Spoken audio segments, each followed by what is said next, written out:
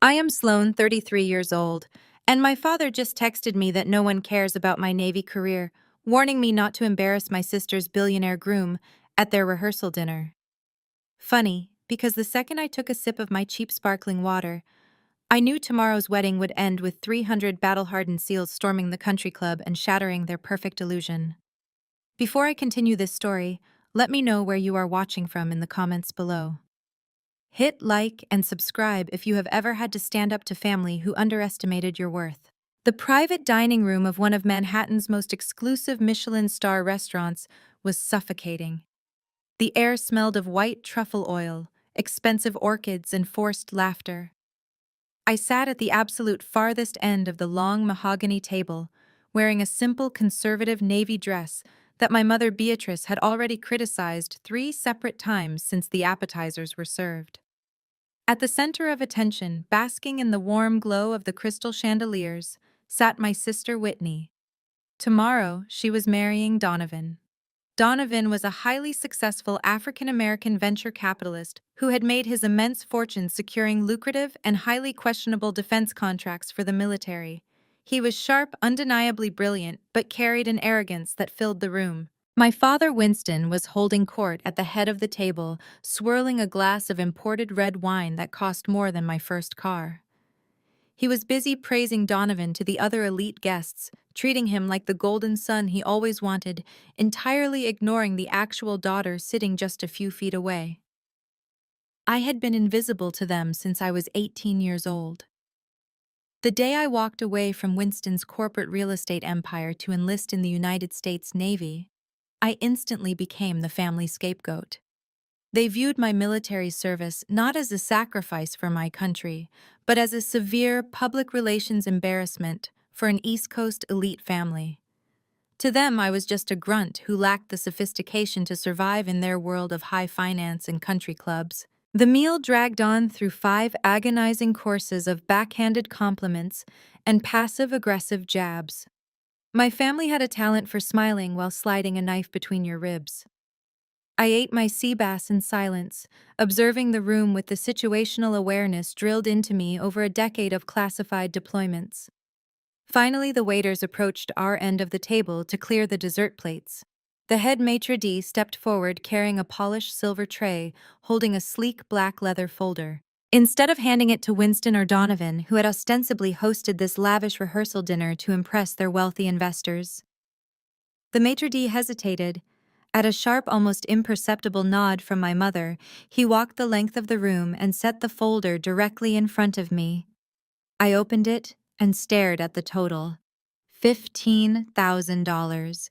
It was a staggering sum for a single night of excess. I looked up to see my mother Beatrice watching me with a calculated, victorious smirk. She leaned across the table, her heavy diamond necklace catching the dim light, ensuring the guests seated nearby were listening. "You always say the military taught you the value of service, Sloan," she said, her voice carrying that syrupy sweetness she used right before a strike. "Serve your sister today and pay the bill. Consider it rent for all the years we put a roof over your head before you ran off to play soldier in the mud." I did not flinch. I had spent over a decade surviving grueling combat situations and impossible odds. Beatrice's petty cruelty was nothing new. I simply closed the leather folder and looked at her. But before I could speak, Whitney chimed in, swirling her vintage champagne with a dramatic sigh. "Mom is right," Sloan, Whitney said, adjusting her designer wrap. "You threw your life away for a poverty wage in the military, when you could have had a real, respectable career at Dad's firm. The absolute least you can do is contribute to my wedding weekend. You have been living off government handouts while Donovan and Dad actually work for a living. It is time you pulled your weight." I looked at Whitney taking in her custom silk dress and the massive flawless diamond sparkling on her finger. She had never worked a single day in her life, living entirely off Winston's trust funds, and now Donovan's venture capital. Then Donovan laughed. It was a rich, booming sound that immediately drew everyone's attention. He leaned back in his chair, shooting the cuffs of his custom-tailored suit to reveal a luxury watch worth a down payment on a mansion. "Come on," Whit Donovan said, his tone dripping with absolute condescension. "Leave her alone." Donovan reached into his suit jacket and pulled out a heavy platinum credit card. He tossed it onto the silver tray with a loud, dismissive clatter. I got it, Wit. I do not want your sister pawning some cheap bronze medal just to pay for our caviar. She probably has not seen a bill this high in her entire life. Give the girl a break. The table erupted in polite, mocking laughter. My father chuckled loudly, raising his wine glass to Donovan in a silent toast of masculine solidarity. I looked at the platinum card sitting on top of the receipt. I looked at Donovan's smug face, entirely too proud of his ability to bail out his pathetic sister-in-law. Then I looked at my sister's triumphant smile and finally at my parents who stared at me with undisguised pity. They truly believed I was a failure. They believed I was just a low-ranking sailor scraping by on a government salary, living in barracks and taking orders. They had absolutely no idea that I had spent the last decade rising through the most elite ranks to become a commander in the Navy SEALs. They did not know about the covert operations, the hazard pay, or the massive trust my late grandfather had secretly left solely to me, which I had invested brilliantly. And they certainly did not know that just this week I had been officially appointed by the Pentagon as the Director of Department of Defense contract audits for the entire Eastern Seaboard. I calmly reached out and picked up Donovan's platinum card. I held it between two fingers, locking eyes with him across the long table. It is a nice gesture, Donovan. I said, my voice dangerously quiet, cutting through the fading laughter like a blade. But keep your money. You are going to need it very soon. I slid his card across the polished mahogany wood, sending it right back into his hand. Then I reached into my small, unassuming clutch. I did not pull out a standard bank debit card.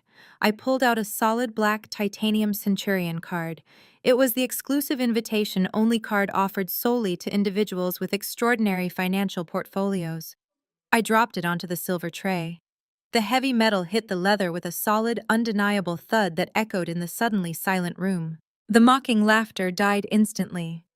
Winston's wineglass stopped swirling in his hand.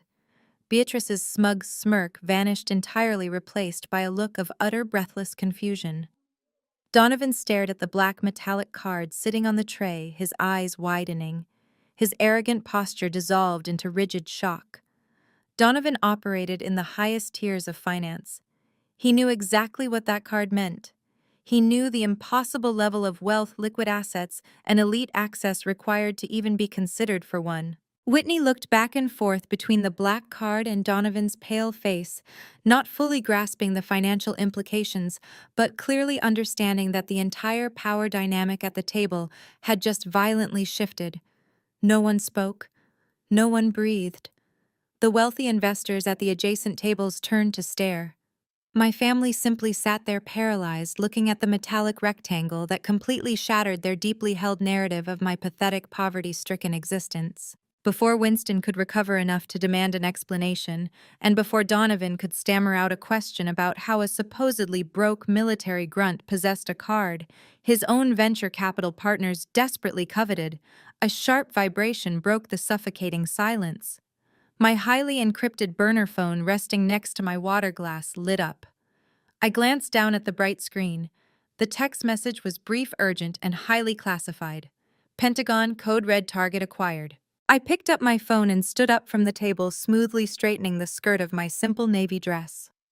I looked down at my stunned family, taking in their open mouths, their wide eyes, and their sudden terrifying realization that they did not know me at all.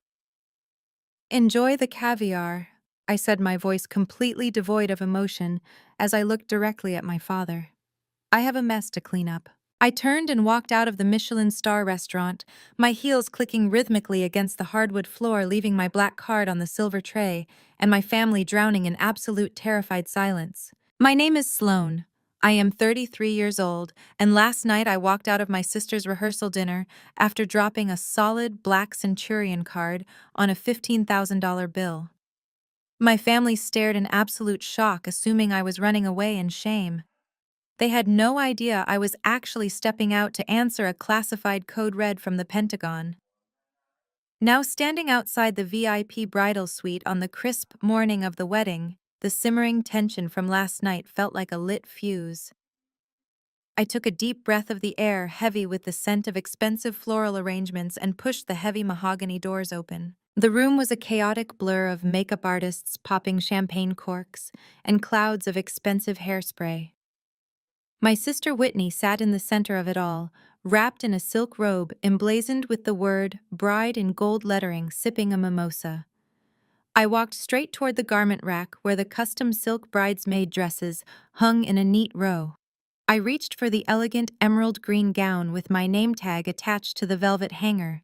Before my fingers could even brush the fabric, a hand clamped down on my wrist with startling force. My mother Beatrice snatched the silk gown away with a violent jerk. She stared at me, her manicured features twisted into a mask of pure disgust. Without a word, she reached behind the rack and threw a heavy plastic garment bag directly at my chest. "Put that on instead," Beatrice ordered, her voice cutting through the lively chatter of the room like the crack of a whip. I unzipped the bag. Inside hung a cheap, stiff, ash-gray dress that looked like it had been pulled from a discount rack a decade ago. It had long, restrictive sleeves and a high collar that zipped all the way up to the chin. It was a stark, humiliating contrast to the flowing, backless emerald gowns the other bridesmaids were currently slipping into. "You cannot wear a backless gown, Sloane," Beatrice hissed, stepping closer so the makeup artist would not hear her venom. "Your shoulders are covered in those disgusting, hideous scars. It looks like you were dragged through a meat grinder." Donovan's family is East Coast elite. They are refined, wealthy people. They will be absolutely nauseated looking at your mutilated skin during the ceremony. I looked down at the dull gray fabric in my hands. The scars she was referring to were a jagged raised network of thick tissue wrapping around my left shoulder and collarbone. They were the permanent physical receipt of a highly classified extraction in a hostile desert. They were the direct result of me throwing my own body over a live fragmentation grenade to shield 3 of my pinned-down unit members. My skin had been torn apart so that 3 fathers could go home to their children. To the United States military, those scars were the mark of a hero. I had bled for my country, but to my mother, they were nothing more than a cosmetic inconvenience that threatened to ruin her perfect family aesthetic. Whitney spun around in her plush makeup chair, setting her champagne flute on the vanity. "Listen to Mom Sloane," she said, rolling her eyes with a heavy sigh. "Donovan has high-profile investors flying in from all over the world today. Men who deal in billions, not the poverty wages you scrape together. I cannot have my wedding photos ruined because you want to show off your ugly war wounds. Just put the gray dress on and blend into the background. That is what you are best at anyway." I did not raise my voice. I did not attempt to justify my survival to women who considered a chipped nail to be a life-altering tragedy. I simply held the gray dress and met my mother's harsh glare with absolute, unwavering silence. Before I could formulate a response, the heavy door of the bridal suite slammed open. Winston marched in. My father wore a custom-tailored tuxedo that probably cost more than the annual salary of the soldiers I commanded. He was flanked by 2 nervous event coordinators holding clipboards, but he waved them away and stormed directly toward me, his face flushed with arrogant authority. He did not offer a morning greeting. He did not ask how I was doing. He shoved a crumpled piece of heavy cardstock directly against my chest. "Take a good look at that seating chart," Sloane Winston barked, pointing a thick finger at the paper. "You are not walking down the aisle with the rest of the bridal party. You are not standing at the altar, and you are certainly not sitting at the head table with the family. You are assigned to table 42. I glanced down at the chart. The country club ballroom was massive, designed to hold 500 of the city's most elite guests. The head table was prominently situated on a raised dais, surrounded by extravagant floral arches. Table 42, however, was a tiny circular table shoved into the darkest corner of the room, directly adjacent to the swinging metal doors of the catering kitchen. It was the table specifically reserved for the photographers on their meal break, the cleanup crew, and the relatives my family deemed too embarrassing to publicly acknowledge. "You will sit there quietly," Winston commanded, stepping into my personal space. "You will not mingle with Donovan's venture capital partners. You will not speak to my board of directors. And if anyone happens to wander back to that kitchen door and asks what you do for a living, you will tell them you handle administrative HR paperwork in a cubicle. I stared at him, my expression completely neutral. Administrative HR paperwork. Winston sneered, adjusting his expensive silk tie. Do not look at me like that. No one in this ballroom wants to hear about a woman doing grunt work in the mud. They do not want to hear about military deployments or whatever it is you do to scrape by on taxpayer dollars. Donovan is about to close a massive defense contract today, and he needs these investors completely focused on his financial brilliance, not distracted by your depressing life choices. You will keep your mouth shut, you will wear that gray dress, and you will stay entirely out of sight. I will not let your presence compromise this family's financial future. The air in the room grew heavy and suffocating. The makeup artists had stopped working, pretending to organize their brushes while actively listening to my father strip away my dignity piece by piece. Beatrice smiled, clearly thrilled that Winston had arrived to enforce her cruelty. Whitney simply turned back to her mirror, admiring her own reflection, entirely unbothered by the fact that her sister was being banished to the shadows on her wedding day. They expected me to break. They expected the tears, the apologies, the desperate pleas for acceptance that I used to offer when I was a naive 18-year-old girl begging for my parents' love. But that girl died a long time ago.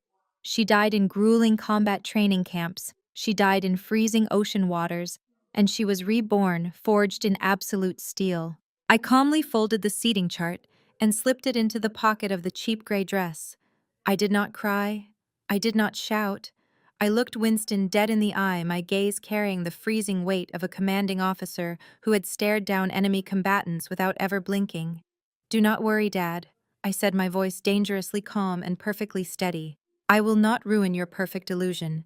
Just pray it does not shatter on its own. Winston scoffed, completely missing the lethal promise hidden in my words. He turned on his heel and marched out of the room to inspect the floral arrangements, Beatrice hurrying closely behind him to ensure the country club staff was meeting her impossible standards. Whitney waved a dismissive hand at me in the mirror, signaling that my presence was no longer required in her VIP sanctuary. I walked into the adjoining private bathroom and slipped the gray dress over my head. The coarse, rigid fabric scratched against my scars, a physical reminder of the superficiality I was dealing with. I smoothed out the wrinkles, staring at my reflection in the mirror. The dress was purposely designed to make me look small, irrelevant, and weak.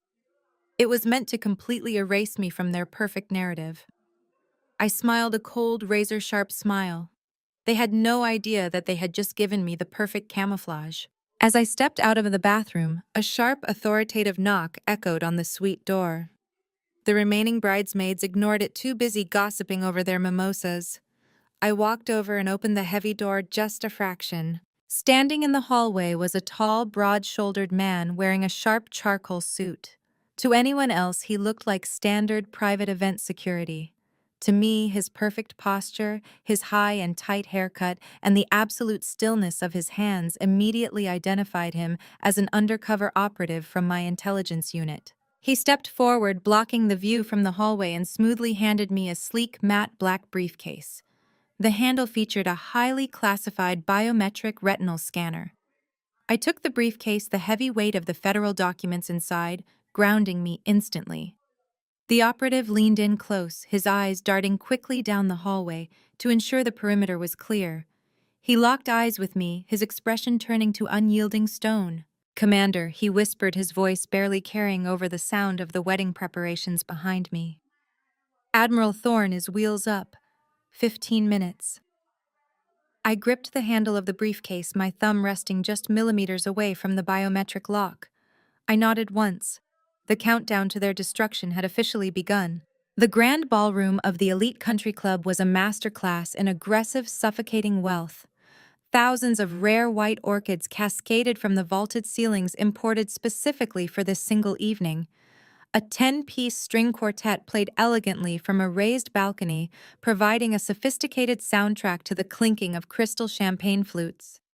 I walked into the cavernous space wearing the stiff, high-collared gray dress, clutching the matte black briefcase tightly in my hand. I bypassed the glowing center of the room and immediately navigated toward the shadows. My father had not been exaggerating about my seating assignment. Table 42 was practically inside the service corridor, while the head table sat on a literal raised platform bathed in warm golden light. My table wobbled on uneven floorboards every time a waiter pushed forcefully through the swinging metal kitchen doors. I sat down, placing the heavy biometric briefcase carefully by my feet. My dining companions consisted of a tired catering manager taking a forced 10-minute break, a distant great-aunt who had been entirely cut out of the family trust years ago, and two bewildered teenage cousins who spent the entire time staring at their phones. It was the absolute fringe of the celebration, the designated dumping ground for anyone who did not fit my parents' pristine, highly curated narrative of success. Winston and Beatrice were busy working the room, floating from table to table with broad, practiced smiles. When they passed near my corner, they looked straight through me, as if I were nothing more than a ghost haunting their perfect day. At one point, Beatrice physically steered a group of Donovan's wealthy venture capital partners away from my table, laughing loudly about how the venue staff needed to be kept out of sight to preserve the aesthetic. She did not even lower her voice. She wanted me to hear it. She wanted me to feel small. I watched them all with the detached, calculated precision of a sniper surveying an open target. They truly thought isolating me was a harsh punishment. They believed that putting me in the cheap gray dress and hiding me by the kitchen exits would break my spirit. They did not realize they had actually given me the perfect tactical vantage point. From table 42, I had a clear, unobstructed view of the entire ballroom, all the exit routes and the massive floor-to-ceiling windows overlooking the pristine golf course outside. An hour into the reception, the clinking of a silver spoon against a crystal glass signaled the start of the toasts. The string quartet faded out. The room fell into an expectant, hushed silence. Whitney stood up from the center of the head table, adjusting the sparkling bodice of her custom designer gown. She beamed at Donovan, looking like the picture-perfect bride before casting a deliberate, sweeping glance toward the very back of the room where she knew I was sitting. "I am so incredibly blessed to marry a man with actual drive and ambition," Whitney announced, her voice echoing perfectly through the state-of-the-art sound system. "In this family, we value real success. We value people who build empires. We do not run away from adult responsibility to hide in government handouts. We do not pretend that taking orders in the mud for a poverty wage makes you a hero.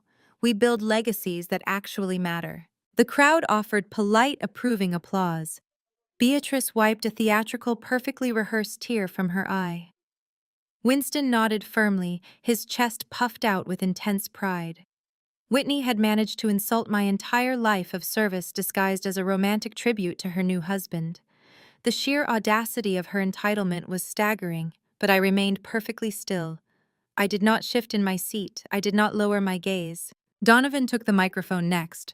His face was flushed with expensive whiskey and unearned confidence. He gripped the microphone like a hard-won trophy, leaning over the table to address the room of elite investors, bankers, and corporate executives. He did not just talk about his love for Whitney. True to his arrogant nature, he turned his own wedding toast into a gloating pitch meeting. "Whitney is absolutely right," Donovan boomed, his voice dripping with unbearable smugness. "Success is about being the smartest guy in the room. It is about knowing how to play the game. And I am immensely proud to announce today, surrounded by my beautiful new wife and my incredible new family, that my firm just officially secured a multi-million-dollar government defense contract." The room erupted in loud, enthusiastic cheers. The investors at the VIP tables clapped aggressively, practically seeing dollar signs raining from the ceiling. Donovan held up his hand to quiet them down, a cruel, mocking smile stretching across his face. "It is funny, really," Donovan continued, shaking his head with a condescending chuckle. "You have all these naive grunts out there crawling in the dirt, risking their necks for absolute pennies. They take orders from useless bureaucrats and think they are making a difference. Meanwhile, the real winners, the guys sitting in this room right now, we make the millions equipping them. We sit in corner offices in custom suits while they do the dirty work.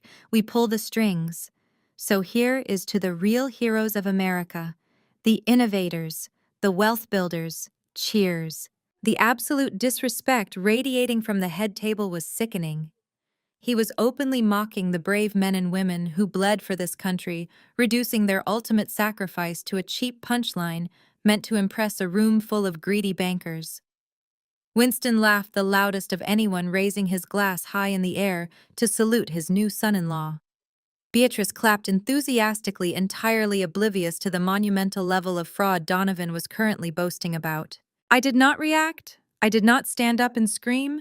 I did not throw my glass or cause a scene. I sat perfectly still at table 42, ignoring the swinging metal kitchen doors, occasionally bumping the back of my chair. I picked up my cheap glass of sparkling water and took a slow, deliberate sip. My right hand rested casually on the matte black briefcase sitting by my feet. With my index finger, I began to tap a specific rhythmic sequence against the biometric lock. Tap, tap, pause. Tap, tap, tap. It was a silent, internal countdown. Donovan was standing on that elevated stage, bragging loudly about a defense contract that I personally knew was riddled with fraudulent billing, phantom equipment deliveries, and illegal kickbacks. It was a contract that my newly commanded department at the Pentagon had been tracking relentlessly for the past 6 months. He truly thought he had outsmarted the United States government. He firmly believed his wealth made him completely untouchable. Donovan raised his glass one more time, shouting for the catering staff to bring another round of vintage champagne for his most important investors. The string quartet raised their bows, preparing to strike up a lively, celebratory tune to mark the end of the speeches. But the elegant music never started. First, it was a subtle, deep vibration in the polished hardwood floorboards. It felt like a low rumble beneath the earth. Then the massive crystal chandeliers suspended above the dance floor began to sway violently back and forth, the thousands of glass prisms violently clinking against one another in a chaotic, jarring melody. The polite, sophisticated chatter of the wedding guests faltered instantly, turning into confused, panicked murmurs as people looked up at the shaking ceiling. The vibration rapidly escalated into a deafening, rhythmic, mechanical roar that completely swallowed Donovan's amplified voice. The sound was oppressive, rattling the expensive china on the tables and making the wine ripple in the glasses. The massive floor-to-ceiling windows facing the pristine, perfectly manicured 18th hole of the golf course suddenly darkened as massive shadows fell over the venue. The elite guests began to scream in genuine terror as the undeniable, terrifying sound of twin-turbine military helicopters hovered directly outside, aggressively preparing to touch down right on the pristine green grass. The catastrophic, deafening roar of the twin-turbine engines outside shifted from a high-pitched mechanical whine to a bone-rattling thud. The massive military helicopters were touching down directly on the pristine, perfectly manicured 18th green of the country club. Inside the grand ballroom, the fragile, carefully constructed illusion of East Coast supremacy shattered in an instant. The violent downdraft tore through the venue. Expensive baccarat crystal champagne flutes vibrated off the silk-clothed tables, smashing into hundreds of glittering shards against the polished hardwood floors. The 10-piece string quartet completely abandoned their instruments, cellos and violins clattering to the ground as the musicians scrambled backward in sheer, unadulterated terror. Wealthy investors, men and women who dictated global market trends with the stroke of a pen and destroyed working-class livelihoods for sport, immediately dropped to the floor. They cowered beneath the tables, covering their perfectly coiffed heads with their manicured hands, utterly desperate to shield themselves from the incoming threat. The sheer concussive force of the helicopter rotor wash blew the heavy double-locked French doors wide open, ripping them off their brass latches. The blast sent thousands of imported white orchids swirling wildly into the air like a localized chaotic blizzard, destroying Beatrice's painstakingly designed floral aesthetic in seconds. I sat perfectly still at table 42, surrounded by the terrified catering staff. I did not duck. I did not flinch. My right hand simply rested on the biometric lock of the matte black briefcase by my feet. Winston scrambled to his feet at the head table, nearly knocking over his massive, multi-tiered wedding cake. His face was a mask of furious indignation. He grabbed the microphone Donovan had just dropped, its feedback squealing painfully through the massive speakers. "Security!" Winston bellowed, his voice cracking under the overwhelming mechanical noise. "Get my private security in here right now. I want these people arrested. Lock down the perimeter. Call the police." It was a pathetic, almost comical display of civilian arrogance. Winston genuinely believed his wealth and his corporate title could control any situation, no matter how dire. 4 private security guards wearing cheap black suits and earpieces rushed into the ballroom from the side corridors, reaching for their radios. But the moment they laid eyes on the main entrance, they froze entirely. They did not reach for their weapons. They did not shout commands or assert their supposed authority. They simply lowered their trembling hands and stepped back against the floral-draped walls, entirely paralyzed by the overwhelming lethal force standing on the other side of the threshold. The heavy carved oak doors of the main ballroom entrance did not just open. They were violently kicked apart. The wind from the rotor blades swept through the room, chilling the stagnant, perfumed air and ripping the silk table runners from their moorings. Then the true display of power began. They marched in with absolute terrifying precision. 300 United States Navy SEALs, all dressed in immaculate, sharply pressed dress blues, flooded into the venue. They did not shout. They did not brandish weapons. They did not need to. The synchronized, rhythmic thud of 300 pairs of polished leather boots, hitting the hardwood floor in perfect unison, was infinitely more intimidating than gunfire. They moved as a single lethal organism, immediately taking absolute control of the massive space. The billionaire guests, the venture capitalists, the elite socialites who had just spent the last hour actively mocking government workers scrambled backward. They plastered themselves against the expensive wallpaper, their eyes wide with unadulterated primal fear. The SEALs moved with surgical, undeniable efficiency. They split into 2 massive columns, completely bypassing the cowering billionaires, and formed a rigid, immovable wall of honor straight down the center aisle of the ballroom. Their faces were carved from stone. Their white gloves and gold buttons gleamed under the violently swinging crystal chandeliers. They created a gauntlet of pure military discipline right through the heart of high society extravagance. At the head table, the panic was palpable. Beatrice grabbed the edge of the mahogany table, her knuckles turning stark white, watching her carefully curated social event completely hijacked and destroyed. Whitney gripped her custom silk veil, her mouth hanging open in silent horror. This was her wedding day, her ultimate moment of social triumph, completely overshadowed and obliterated by a military invasion. I watched them all from the shadows near the kitchen doors. I watched the elite crumble when faced with raw, uncompromising discipline. The contrast was staggering. These wealthy investors spent their lives manipulating numbers on a screen, believing that made them untouchable gods. But standing face to face with men forged in the fires of actual warfare, their money suddenly meant absolutely nothing. Donovan was the only person in the room arrogant enough to break the suffocating silence. His ego, inflated by years of buying his way out of consequences, simply could not process the disrespect. He had just been standing on that stage, boasting about his multi-million-dollar defense contracts, claiming he held the absolute leash of the military. Now his wedding reception was occupied territory. He stepped down from the raised platform, his face flushed an ugly mottled shade of crimson. He marched directly toward the center aisle, aggressively confronting the leading officer of the SEAL formation. "What the hell do you think you are doing?" Donovan screamed, his voice raw with fury, echoing in the cavernous room. "This is a private, exclusive event. Do you have any idea who I am?" The leading officer did not flinch. He did not even blink. He stared straight ahead, completely ignoring Donovan's furious temper tantrum. "I am Donovan Pierce." Donovan roared, jabbing his index finger aggressively into the officer's chest, his expensive Rolex flashing in the light. "I own the defense contracts that pay your miserable salaries. I sit on the board of companies that manufacture the gear on your backs. I am the reason you even have a job."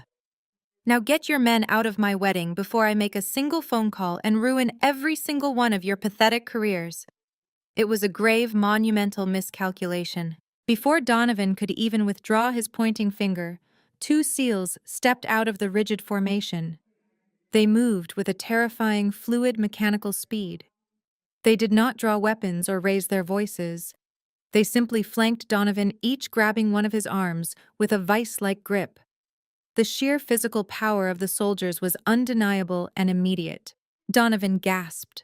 The breath knocked completely out of his lungs as the SEALs effortlessly forced him backward. His expensive custom suit strained against the physical restraint. He tried to struggle, digging the heels of his Italian leather shoes into the hardwood floor, his face twisting in panic, but it was entirely useless. The two soldiers silently, methodically forced the billionaire groom to back away from the center aisle, completely subjugating him without uttering a single syllable. Winston rushed forward to help his new son-in-law, his face twisted in corporate rage, but another SEAL simply turned his head and leveled a freezing, deadly stare at my father.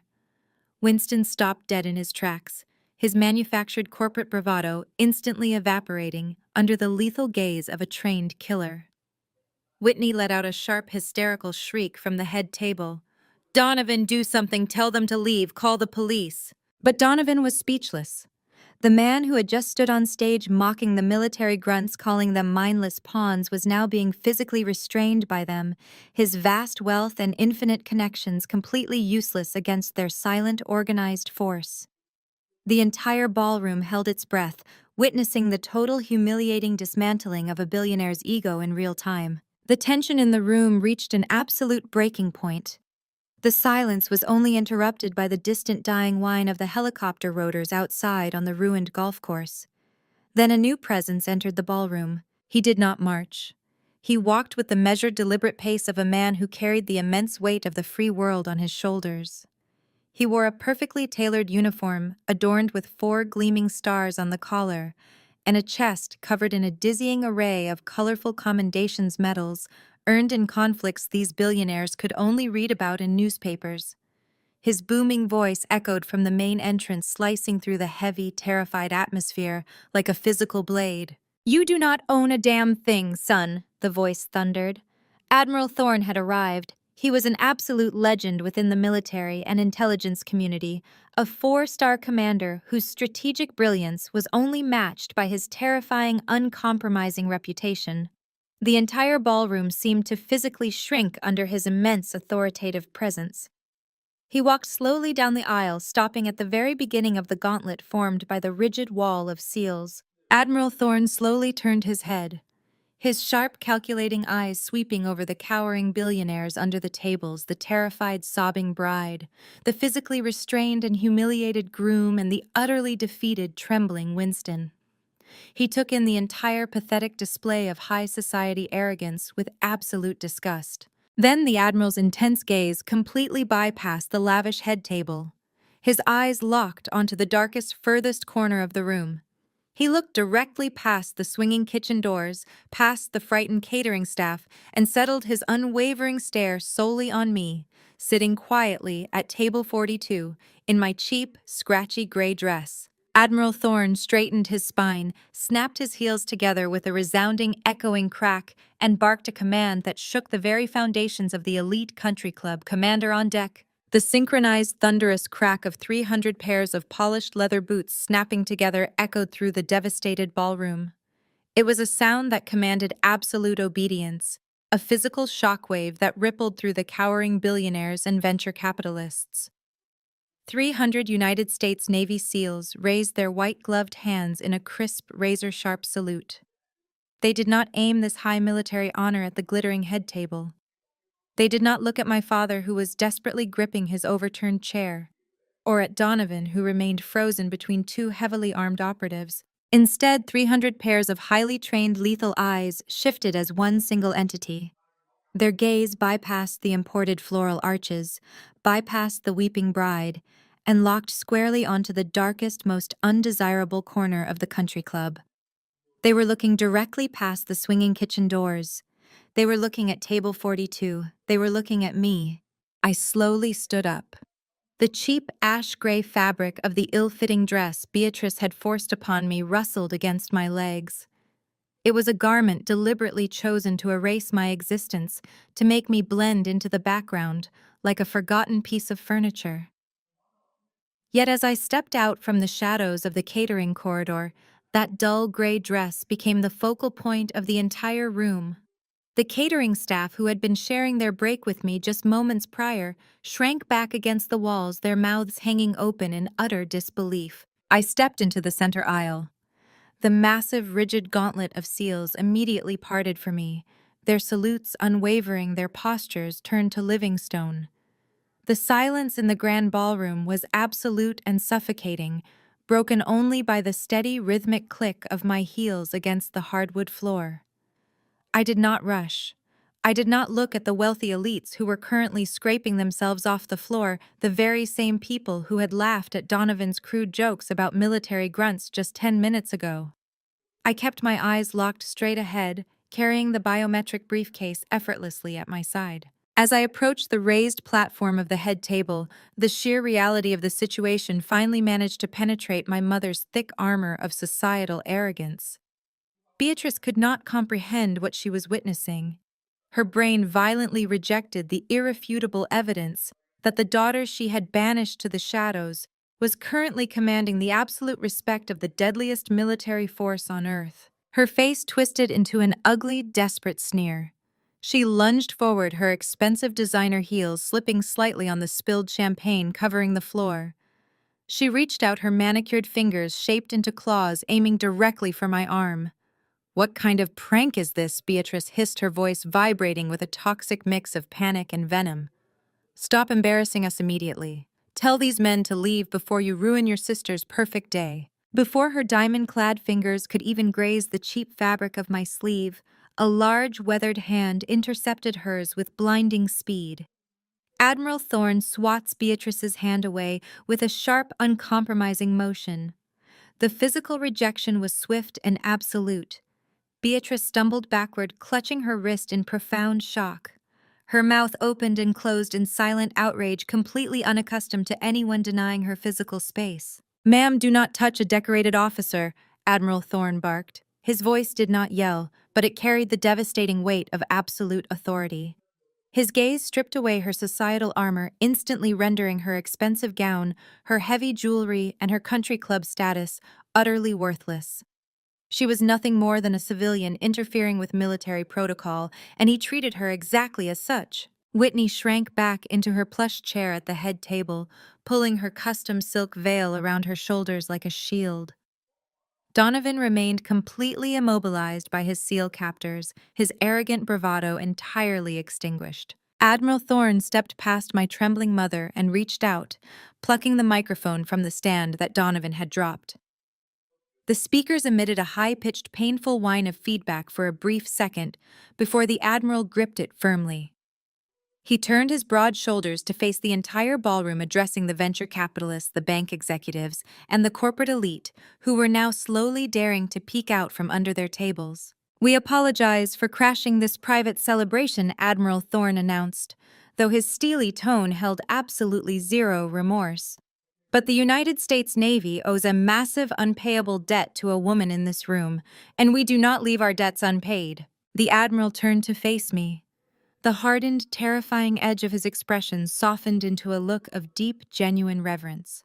He raised the microphone again, ensuring every single syllable would be permanently burned into the memories of my family. "5 months ago, during a highly classified extraction in hostile territory, an intelligence unit was ambushed and pinned down by heavy enemy fire," the Admiral stated, his voice echoing off the vaulted ceilings. "The situation was critical. Evacuation seemed impossible. But Commander Sloan refused to let her team die in the dirt. When a live fragmentation grenade was thrown into their defensive position, she did not hesitate. She threw her own body over the blast radius to shield 3 of her unit members." A collective, horrified gasp rippled through the wealthy crowd. The investors who had just applauded Donovan's mockery of the military were now staring at me with profound, wide-eyed shock. She took a devastating barrage of shrapnel to her shoulder and collarbone. Admiral Thorne continued, his eyes briefly flicking toward Beatrice with undisguised contempt. He knew exactly what had transpired in the bridal suite that morning. My undercover operatives missed nothing. Those injuries are not a cosmetic inconvenience. They are the honorable marks of a true American hero. They are the reason 3 fathers returned home to their children. The silence that followed was heavy enough to crush bone. The elite guests slowly turned their heads to look at Beatrice and Whitney. The whispers started instantly. They all realized the horrifying truth. My mother had forced me to wear a high-collared, hideous gray dress to cover up the very scars that I had earned saving American lives. The societal disgust aimed at my mother was palpable, a suffocating wave of judgment that made Beatrice physically wither in her spot. Her cruel, superficial gaslighting had been exposed on a massive, undeniable scale. Admiral Thorne reached into the breast pocket of his decorated uniform. He pulled out a small, dark blue velvet box. He opened it, revealing a heavy bronze cross, suspended from a navy blue and white ribbon. It was the Navy Cross, the second highest military decoration for valor in combat that can be awarded to a member of the United States Navy. He stepped forward, bridging the final gap between us. With careful, precise movements, he pinned the prestigious medal directly onto the cheap ash-gray fabric covering my chest. The heavy bronze gleamed brightly under the remaining chandeliers, instantly elevating the hideous garment into a uniform of absolute, undeniable honor. I stood perfectly straight, looking out over the sea of highly trained soldiers and terrified billionaires. Then the true nature of my family revealed itself once again. Winston had been standing frozen near the wedding cake, his face pale and sweating. But as he watched the billionaire investors staring at me with profound awe and deep respect, his corporate survival instincts violently kicked in. His initial shock evaporated in a single heartbeat, instantly replaced by sheer, unadulterated greed. He saw the rapt attention of his wealthy partners.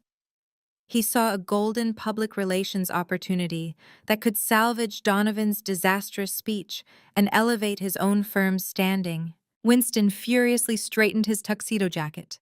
He pasted a wide, manufactured, completely fake smile across his face and shoved his way past the remaining catering staff.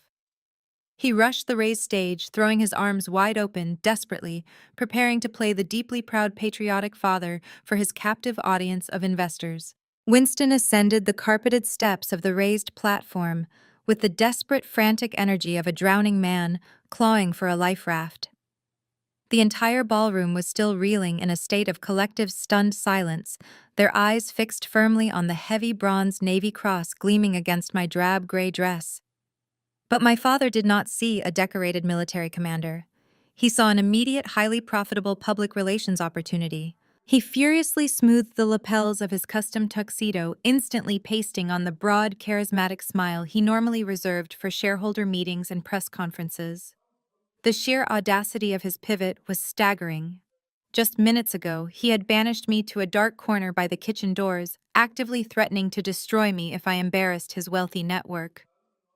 Now faced with a room full of elite venture capitalists who were completely mesmerized by a 4-star admiral honoring American valor, Winston saw a chance to claim the glory for himself. Camera flashes began to strobe across the ballroom as the bewildered wealthy guests pulled out their phones, desperate to document the surreal spectacle unfolding before them.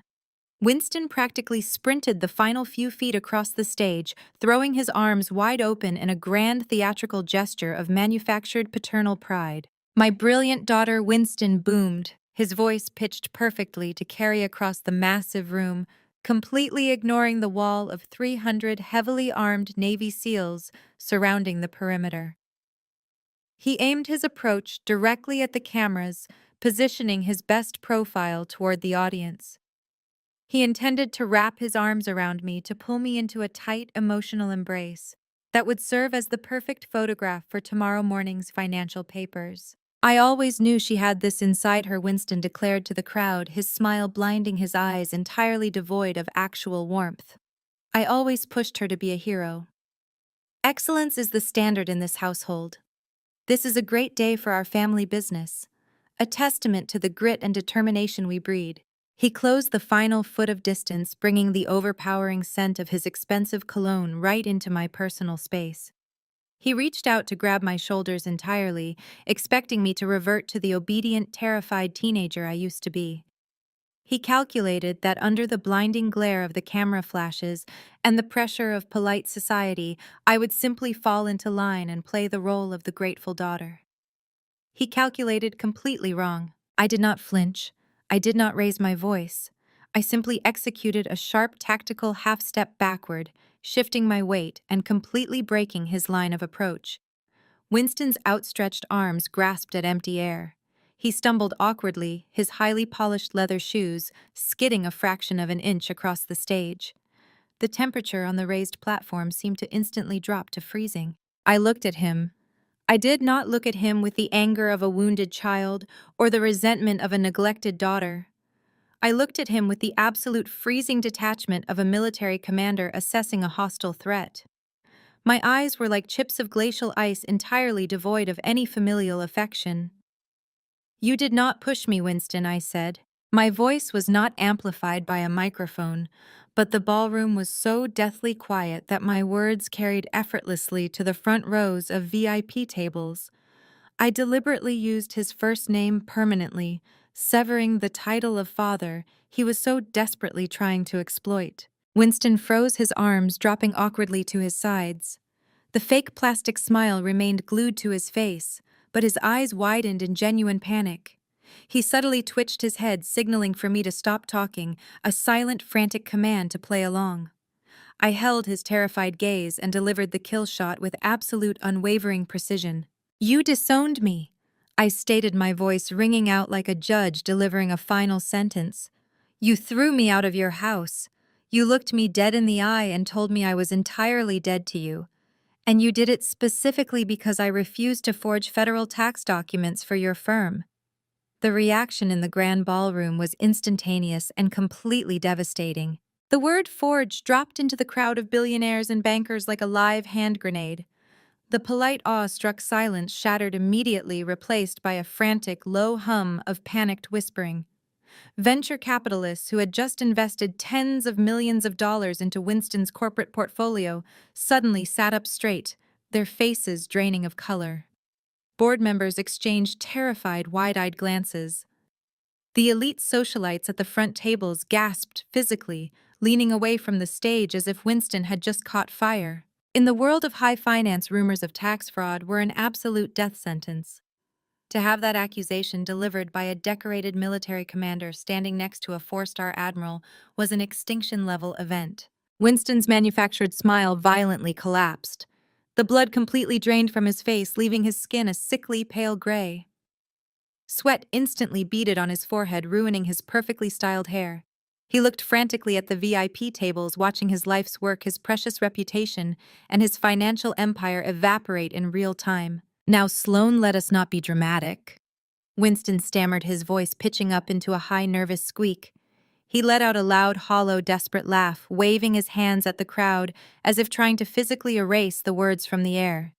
"You know how she is, everyone. Combat stress.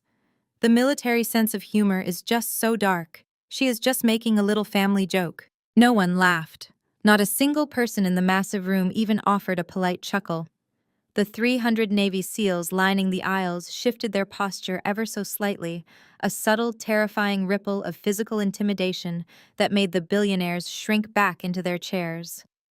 Admiral Thorne stood completely motionless behind me, his arms crossed over his chest, his expression radiating absolute lethal contempt for the man sweating in front of him. I did not waste another second looking at Winston. He was no longer a threat. He was a neutralized target. I turned my back on my father, leaving him stammering and drowning in the wreckage of his own reputation. I walked with slow, deliberate purpose across the raised stage, heading directly toward the massive 5-tier wedding cake positioned near the center of the platform. Whitney let out a tiny, pathetic squeak as I approached, pressing herself deep into the back of her plush chair, completely terrified of the sister she had spent the entire morning mocking. Beatrice remained frozen near the edge of the stage, her mouth hanging open, still clutching her wrist where the Admiral had swatted her away. I reached the cake table. I hoisted the heavy matte black briefcase and slammed it down firmly onto the pristine white linen tablecloth right next to the towering sugar orchids. The heavy thud made the crystal cake stand rattle. I placed my right thumb directly onto the glowing blue biometric scanner built into the handle. The machine emitted a sharp, high-pitched beep. A small green light flashed, and the heavy internal steel latches released with a loud, satisfying mechanical clack. I flipped the lid open. Inside, resting on precision-cut foam, was a massive stack of highly classified documents. I reached in and pulled out the primary dossier. It was nearly 3 inches thick, bound in heavy manila stock. Stamped across the front cover, in massive, bold, unforgiving red ink, was the official seal of the Department of Defense, flanked by the distinct, unmistakable crest of the Pentagon. I gripped the dossier tightly in my left hand, the Navy Cross resting proudly against my chest. I turned my attention away from the cake, away from my ruined parents, and locked my gaze directly onto the groom. Donovan was currently flanked by the 2 massive Navy SEALs who had neutralized his earlier tantrum. He was no longer the arrogant, untouchable billionaire who had proudly mocked the military grunts from his VIP podium. He was completely trapped, pinned in place by men who could snap his neck without breaking a sweat. His custom-tailored, outrageously expensive tuxedo was completely ruined, heavily stained with dark spreading patches of nervous sweat under his arms and around his collar. His chest heaved with shallow, panicked breaths. I walked slowly toward the edge of the stage, stopping directly above him. I looked down into his terrified, bloodshot eyes. "Speaking of your business," I said, my voice carrying a lethal, icy promise that echoed into every single corner of the silent ballroom. "Let us talk about where Donovan's millions actually come from." I pulled a thick, heavy, red-stamped financial ledger from the center of the Pentagon dossier. I held it up for a fraction of a second, letting the gold seal catch the light of the chandeliers before I threw it directly onto the pristine white linen of the cake table.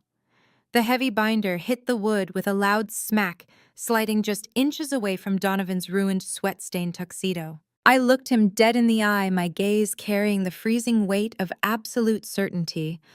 Donovan's venture capital firm does not create anything, I announced, ensuring my voice carried to the very back of the room, where the investors were actively pulling out their phones to record this disaster. "You do not innovate. You do not build. You act as a parasitic, corrupt middleman. You purchase substandard, practically defective tactical gear from overseas shell companies. You slap a patriotic logo on the crates, inflate the prices by a staggering 10,000%, and sell them directly to the Department of Defense." Donovan swallowed hard, his Adam's apple bobbing erratically. Whitney finally found her voice, stepping forward with her hands balled into tight, shaking fists. "Stop lying!" Whitney shrieked, her face flushed with misplaced indignation and panic. "Donovan is a genius. He works 70 hours a week building this portfolio.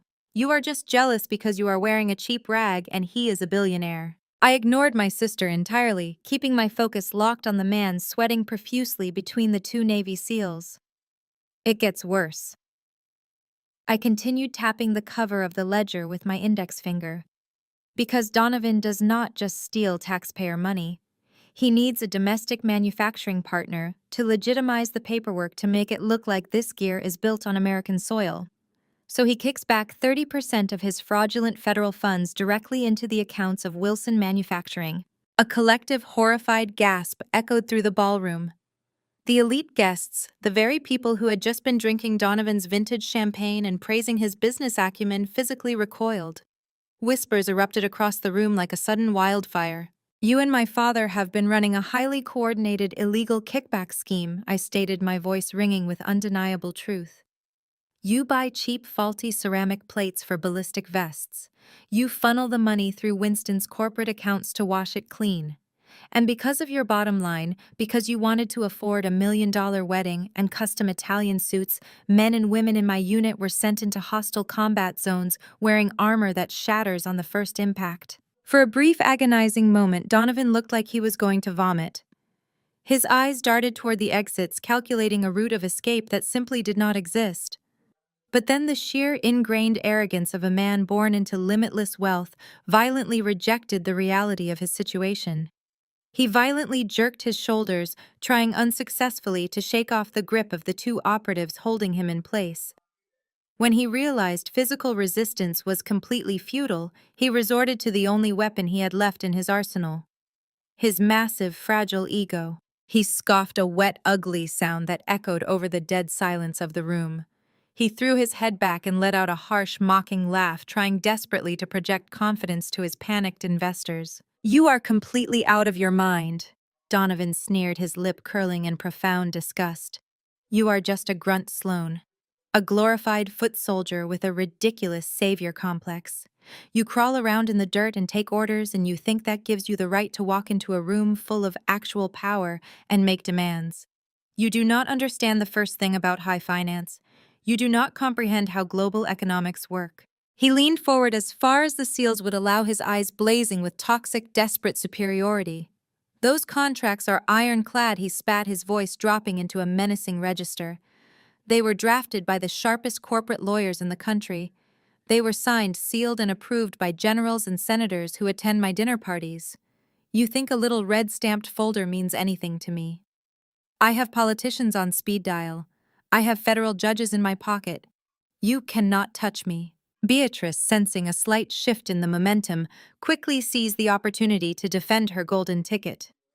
"She is delusional," Beatrice announced loudly, turning to the crowd with a frantic, pleading smile.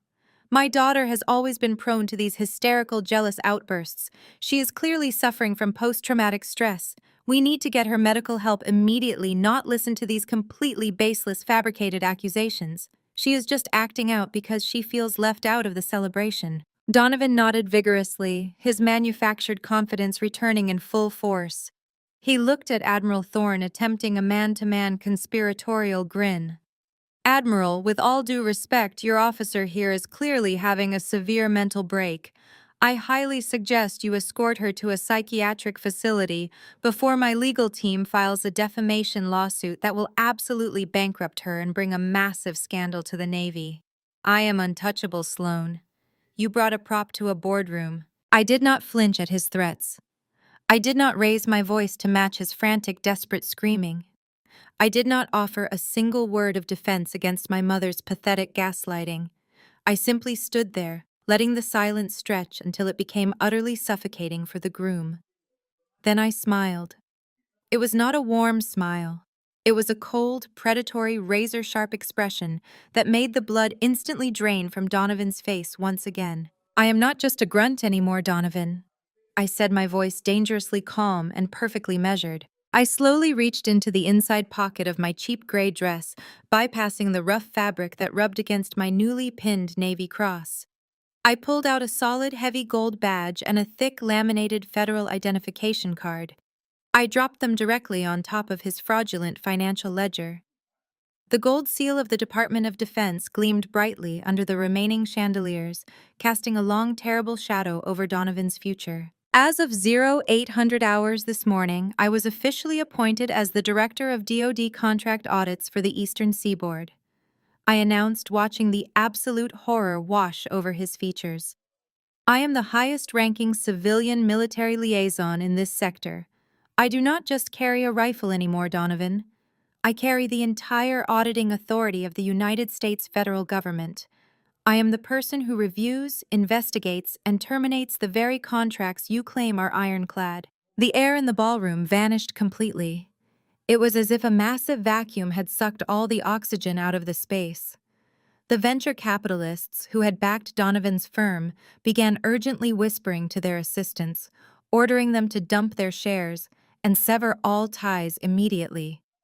They were scrambling over one another, terrified of being caught in the blast radius of a federal fraud investigation. Winston literally collapsed. His knees simply gave out and he fell heavily into a velvet dining chair. He buried his face in his trembling hands, letting out a wretched, guttural moan as his entire financial empire disintegrated in front of his eyes. He realized in that exact moment that the daughter he had banished to Table 42 now held the power to seize every single asset he owned. Admiral Thorne stepped forward, his massive presence reinforcing my words. and utterly destroying Donovan's final shred of hope. Commander Sloan was specifically selected for this role because of her unparalleled integrity and her first-hand experience with the devastating consequences of corporate greed on the battlefield. The Admiral stated, his voice ringing with absolute finality. She answers directly to the Secretary of Defense. Your connections mean absolutely nothing here. Whitney burst into loud, ugly tears, her meticulously applied makeup running down her face in dark streaks. She realized with crushing clarity that her billionaire husband was currently transforming into a federal inmate, and her life of limitless luxury was entirely over. Donovan shook his head rapidly back and forth, completely unable to process the total destruction of his reality. No, Donovan gasped, his voice barely a terrified whisper. No, you cannot do this. You do not have the clearance. I will call my lawyers. I will call the governor. I ignored his pathetic stammering. I reached into the breast pocket of my dress one final time and pulled out a heavy federal-issue solid metal pen. I clicked the cap with a sharp, decisive snap that echoed loudly over the absolute silence of the ballroom. I flipped the thick ledger open to the very first page, revealing the master list of every single defense contract Donovan's firm currently held. Millions of dollars in taxpayer money, all built on a foundation of absolute lies, kickbacks, and shattered armor. And my first official act in my new civilian military liaison role? I said, pressing the tip of the pen firmly against the thick paper.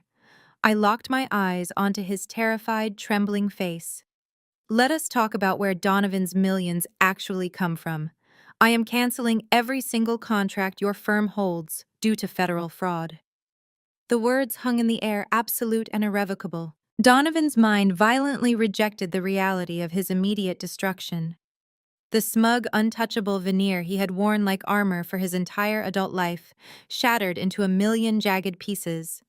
He let out a feral, completely unhinged scream, the sound tearing through the grand ballroom and silencing the frantic whispers of the crowd.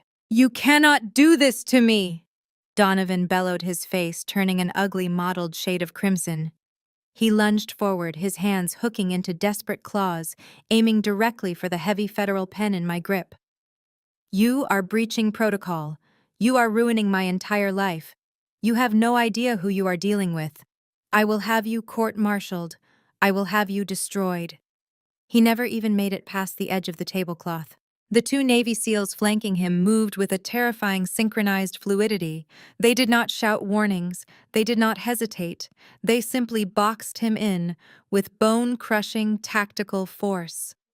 One operative drove a heavy boot behind Donovan's knee, forcing his leg to buckle instantly with a sharp crack. The other operative gripped Donovan's custom-tailored shoulder and drove him face-first into the polished hardwood floor. The sickening thud of expensive bone-meeting solid oak echoed across the raised platform. Donovan thrashed wildly, screaming about his lawyers, his political connections, and his offshore bank accounts. But the SEALs pressed their weight into him, rendering him entirely immobile. His cheek was smashed against the spilled champagne, his designer suit ripping at the seams. He was nothing more than a squirming, helpless fraud pinned beneath the weight of actual military discipline. The sight of the billionaire groom physically restrained on the floorboards finally broke the spell, holding the audience captive. The venture capitalists, bank executives, and corporate partners began a frantic, chaotic stampede toward the exits. It was a mass exodus of the elite. Men in tuxedos tripped over overturned chairs, frantically dialing their brokers, shouting panicked orders into their phones to liquidate assets, dump shares, and sever all financial ties to Donovan and Winston before the federal indictments became public record. Winston watched his wealthy partners fleeing the ballroom. He watched his entire network of elite investors running away from him as if he were carrying a lethal plague. The realization of his absolute financial ruin struck him with the physical force of a freight train. He stumbled forward, his legs giving out completely. He dropped heavily to his knees right at the edge of the stage, his trousers tearing against a stray piece of broken crystal. He crawled forward, his hands grasping desperately at the hem of my cheap gray dress. His face was a mask of sheer, unadulterated terror. "Sloan, you do not understand what you are doing," Winston gasped, his voice trembling with breathless panic. He looked out at the fleeing crowd, then back to me, the mask of the proud, untouchable patriarch completely stripped away. He was left as nothing but a hollow, desperate shell of a corporate parasite. I leveraged everything on Donovan's defense contracts, Winston confessed.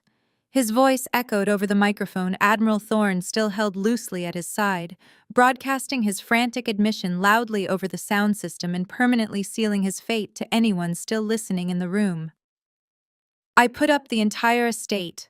I leveraged the manufacturing company. I drained the executive pension funds to cover the initial kickbacks and the offshore shell companies. I bet it all on this merger. Everything depends on those federal payouts. Tears of pure panic streamed down my father's meticulously manicured face, ruining his complexion. He clasped his hands together in a pathetic, trembling gesture of prayer, looking up at me, as if I were a deity capable of stopping an avalanche. If you sign that cancellation order, the federal auditors will freeze our accounts immediately. Winston sobbed, his chest heaving. The banks will call in the massive loans. The board of directors will demand an immediate federal inquiry. We go completely bankrupt by Monday morning. I will lose the firm. I will lose the houses. Sloan, I am begging you. Look at me. We are family. We are blood. You cannot do this to your own flesh and blood. You cannot destroy your own father. I looked down at the man begging at my feet. I studied the abject terror in his eyes, the absolute desperation of a man who had measured his entire worth in dollars and social status, now facing a zero balance and a federal prison cell. I searched myself for a flicker of emotion. I waited to feel a shred of pity, a pang of familial guilt, or even the hot rush of vindication. I felt absolutely nothing. No pity, no guilt, no anger, just the cold, sterile satisfaction of neutralizing a severe threat to the United States Navy. I leaned down slightly, bringing my face level with his sweating, tear-streaked features. My voice was a sharp tactical blade, cutting effortlessly through his frantic pleas. You told me a long time ago that blood means absolutely nothing without a solid return on investment, I said, repeating the exact philosophy he had used to justify throwing me out of his house and erasing me from his life 5 years ago. You looked me in the eye and said family was just another corporate asset to be managed, and that I was a liability you could no longer afford to carry. Winston opened his mouth, trying to backtrack, trying to find a lie or a manipulation that would save him, but his throat was completely dry. No sound came out. Consider this my final return on your investment, I stated. I stood up perfectly straight and turned my back on him. I needed a hard, flat surface to execute the federal document. My eyes landed on the pristine, white, leather-bound wedding registry, sitting next to the towering floral arrangements. It was a book filled with the elegant signatures of the elite guests who had just fled the building, a physical manifestation of the fake corrupt empire they were trying to build today. I grabbed the registry, flipped it open to a blank page right in the very center, and placed the heavy federal cancellation order directly on top of it. I pressed the heavy metal pen to the paper. I did not hesitate for a fraction of a second. I signed my name with sharp, precise strokes authorizing the immediate, irrevocable termination of every single fraudulent defense contract Donovan held. The dark ink bled into the thick paper, serving as a permanent, undeniable death warrant for their corrupt enterprise. I closed the thick ledger with a loud, authoritative snap. I turned and handed the entire dossier directly to Admiral Thorne. He accepted the document with a crisp, respectful nod, stepping back to immediately initiate the federal lockdown procedures and dispatch the audit teams. It was done. The financial execution was absolute and irreversible. The terrifying reality of the situation finally managed to penetrate Whitney's thick cloud of denial and arrogance. She had been sitting frozen in her plush chair at the head table, clutching her silk veil, watching the rapid, systematic destruction of her perfect wedding, her billionaire groom, and her father's empire. But as she watched me hand over the signed document to the Admiral, the sheer gravity of her new reality crashed down upon her shoulders, crushing her completely. She was not marrying a billionaire. She was legally tied to a federal criminal who was currently bleeding on the floor. There would be no private jets. There would be no sprawling penthouses in Manhattan. There would be no high society galas or endless shopping sprees in Paris. The custom designer gowns, the massive diamond rings, the imported champagne. It was all vanishing before her very eyes, instantly replaced by the looming specter of total bankruptcy, frozen assets, and federal investigations. The shock on her beautiful, meticulously contoured face twisted into something incredibly dark, ugly, and completely feral. The spoiled, entitled bride who had built her entire identity on superiority, cruelty, and vast wealth realized she now had absolutely nothing left. Her glittering glass castle had shattered into dust, leaving her standing barefoot in the jagged ruins. She let out an ear-piercing, unhinged shriek of pure, unadulterated rage.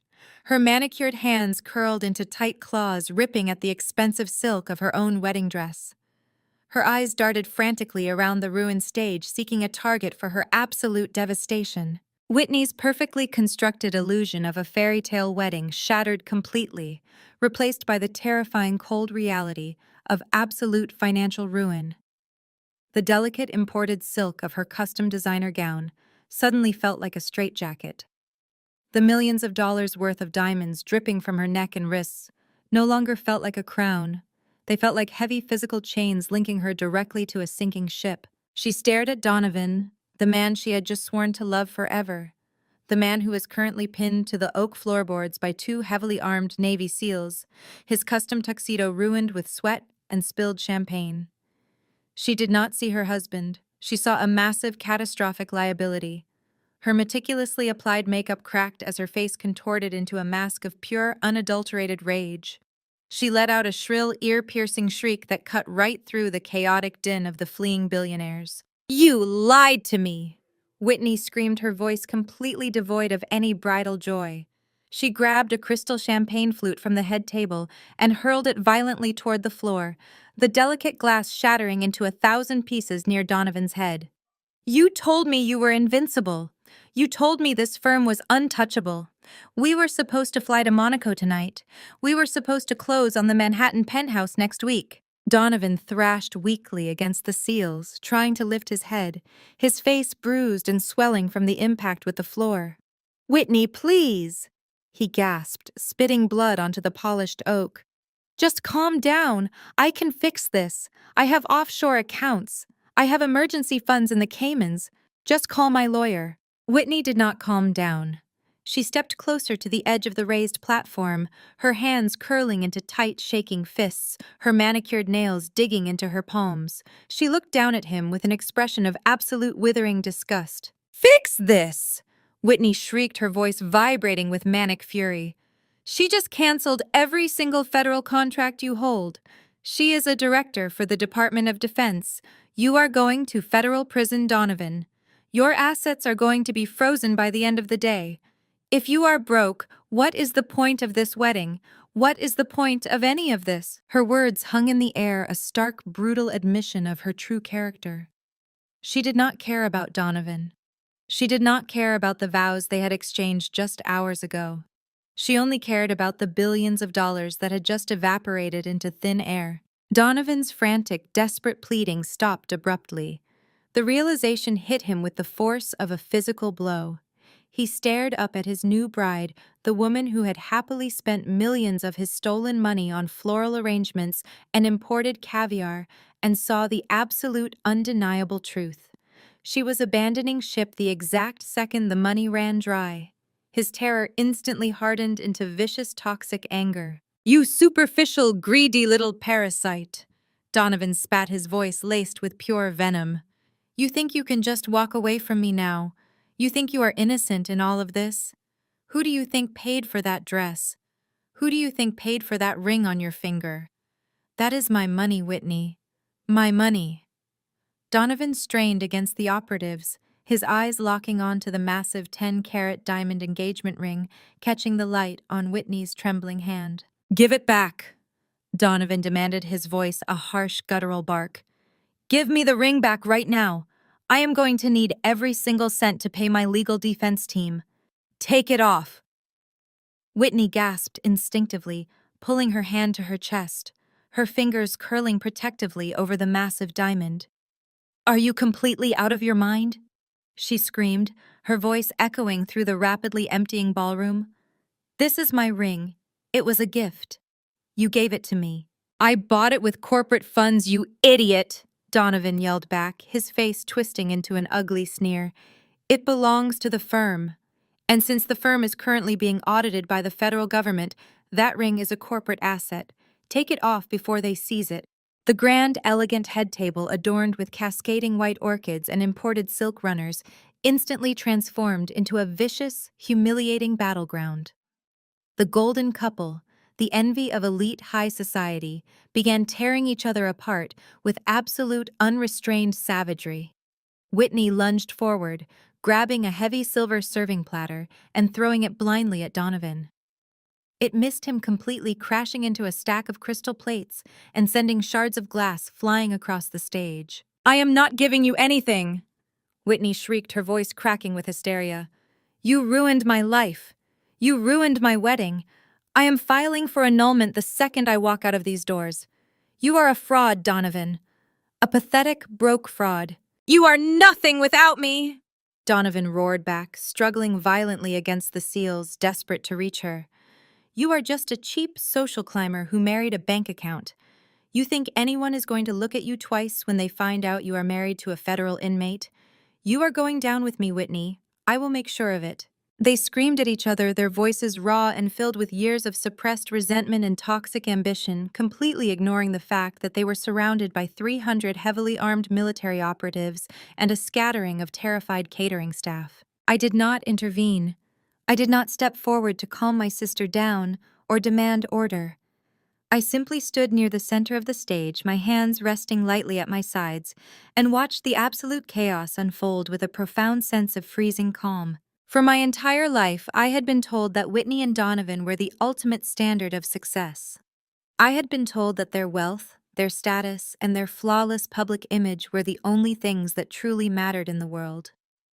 Winston and Beatrice had constantly weaponized their relationship, using it as a blunt instrument to highlight my own supposed failures. Now I was watching that perfect, glittering illusion destroy itself from the inside out. They were like two rabid animals trapped in a cage, tearing each other to pieces over the scraps of a fraudulent empire. Their bond was not built on love or respect or loyalty. It was built entirely on greed, and the moment the money vanished, the bond dissolved into pure, unfiltered hatred. I let them scream. I let them fight. I let them expose their true ugly colors to the entire world. It was a fitting, necessary conclusion to a life built entirely on lies.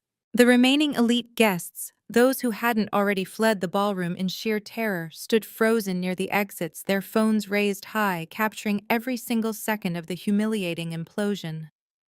Tomorrow morning, this footage would be broadcast across every major news network in the country.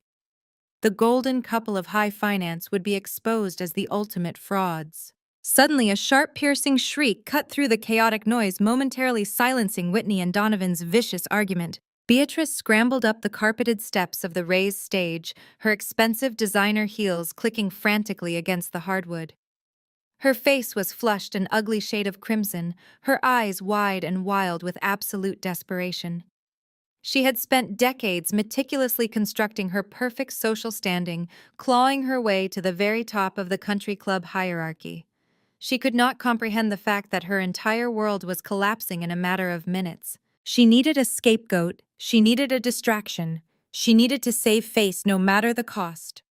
Beatrice lunged toward the microphone stand, shoving past a bewildered catering manager.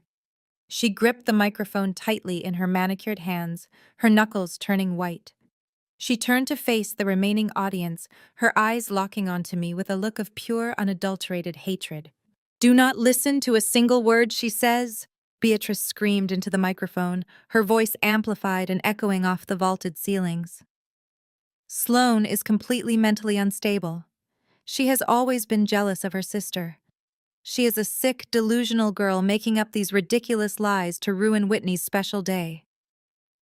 The ballroom fell into a stunned, heavy silence.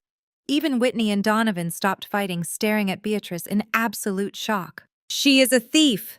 Beatrice shrieked, her voice vibrating with toxic panic.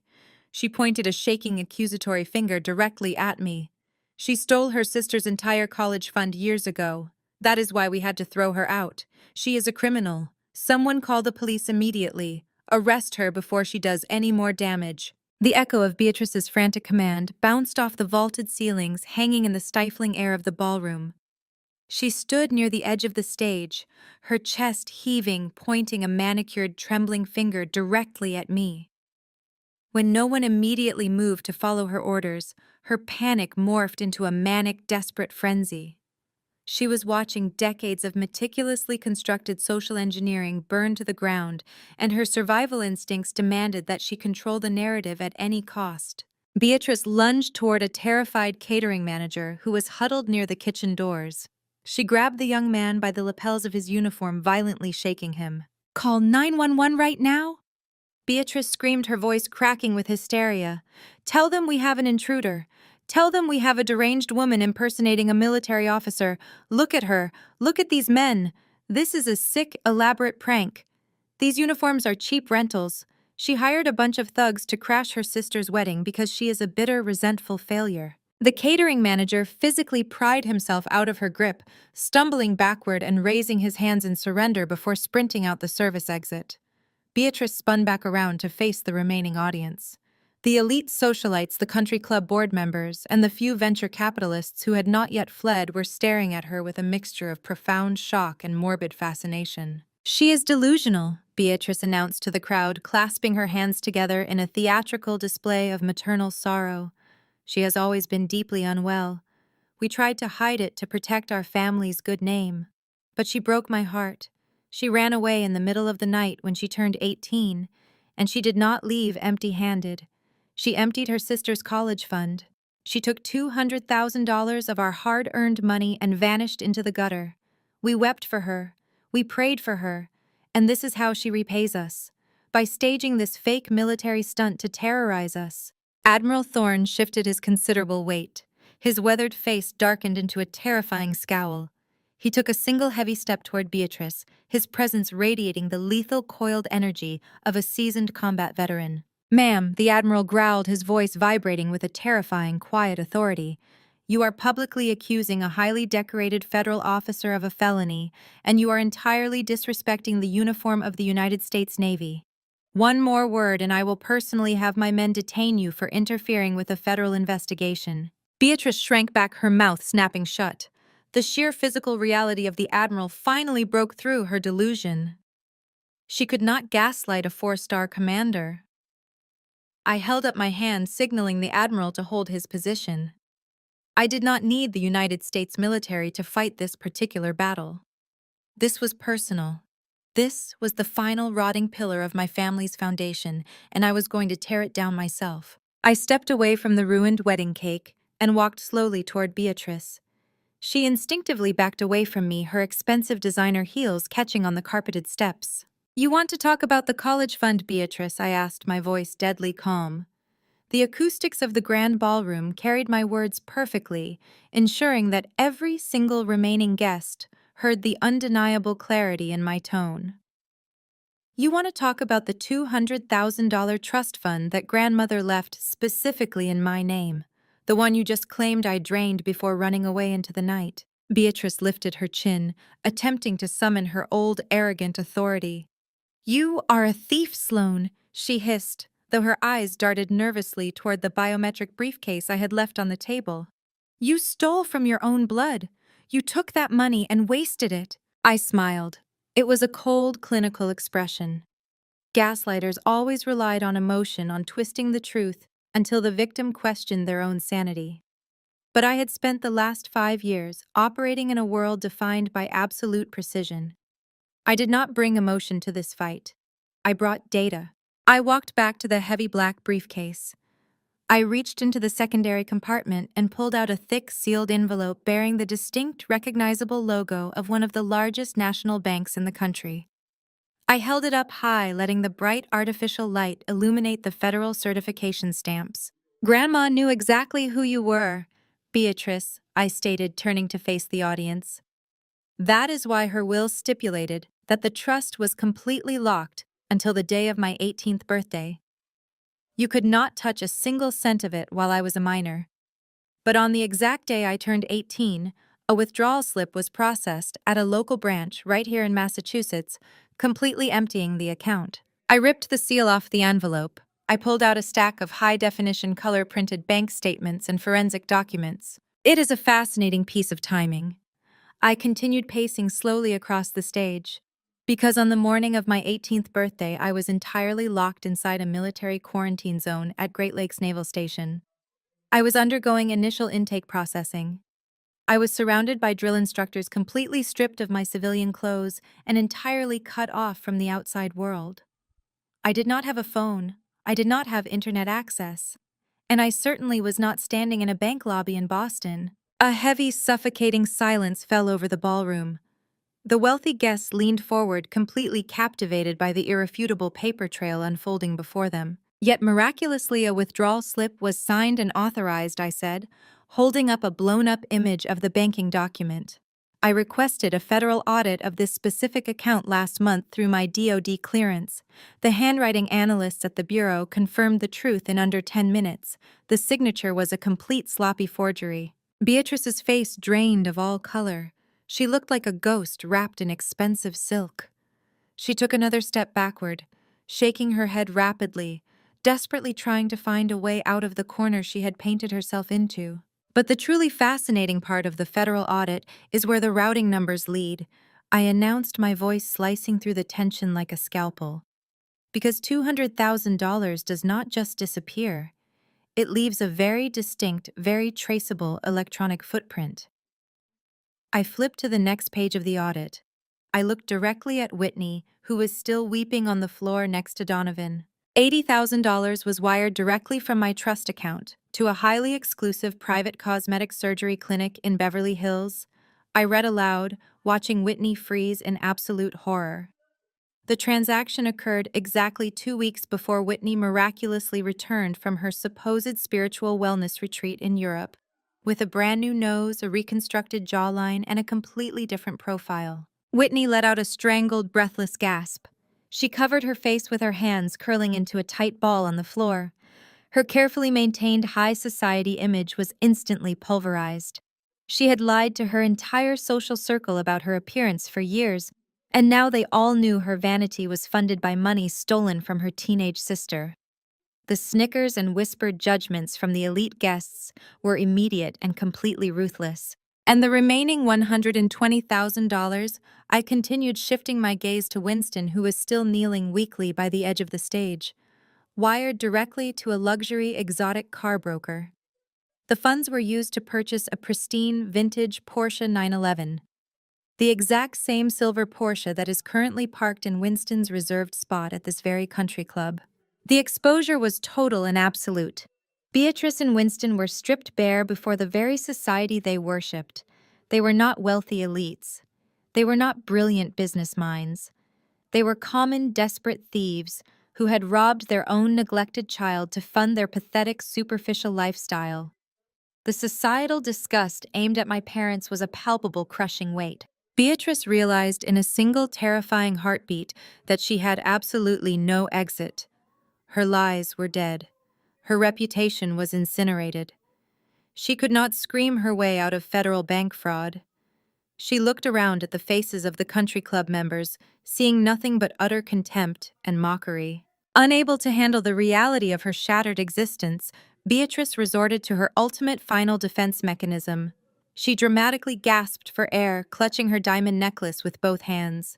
Her eyes rolled into the back of her head, and she collapsed onto the carpeted stage in a theatrical, highly exaggerated swoon, faking a dead faint to escape the suffocating judgment of the room. Winston, seeing his wife go down and realizing that the exposure of the bank fraud combined with his impending federal defense contract indictments meant he was going to die in a prison cell, instantly followed suit.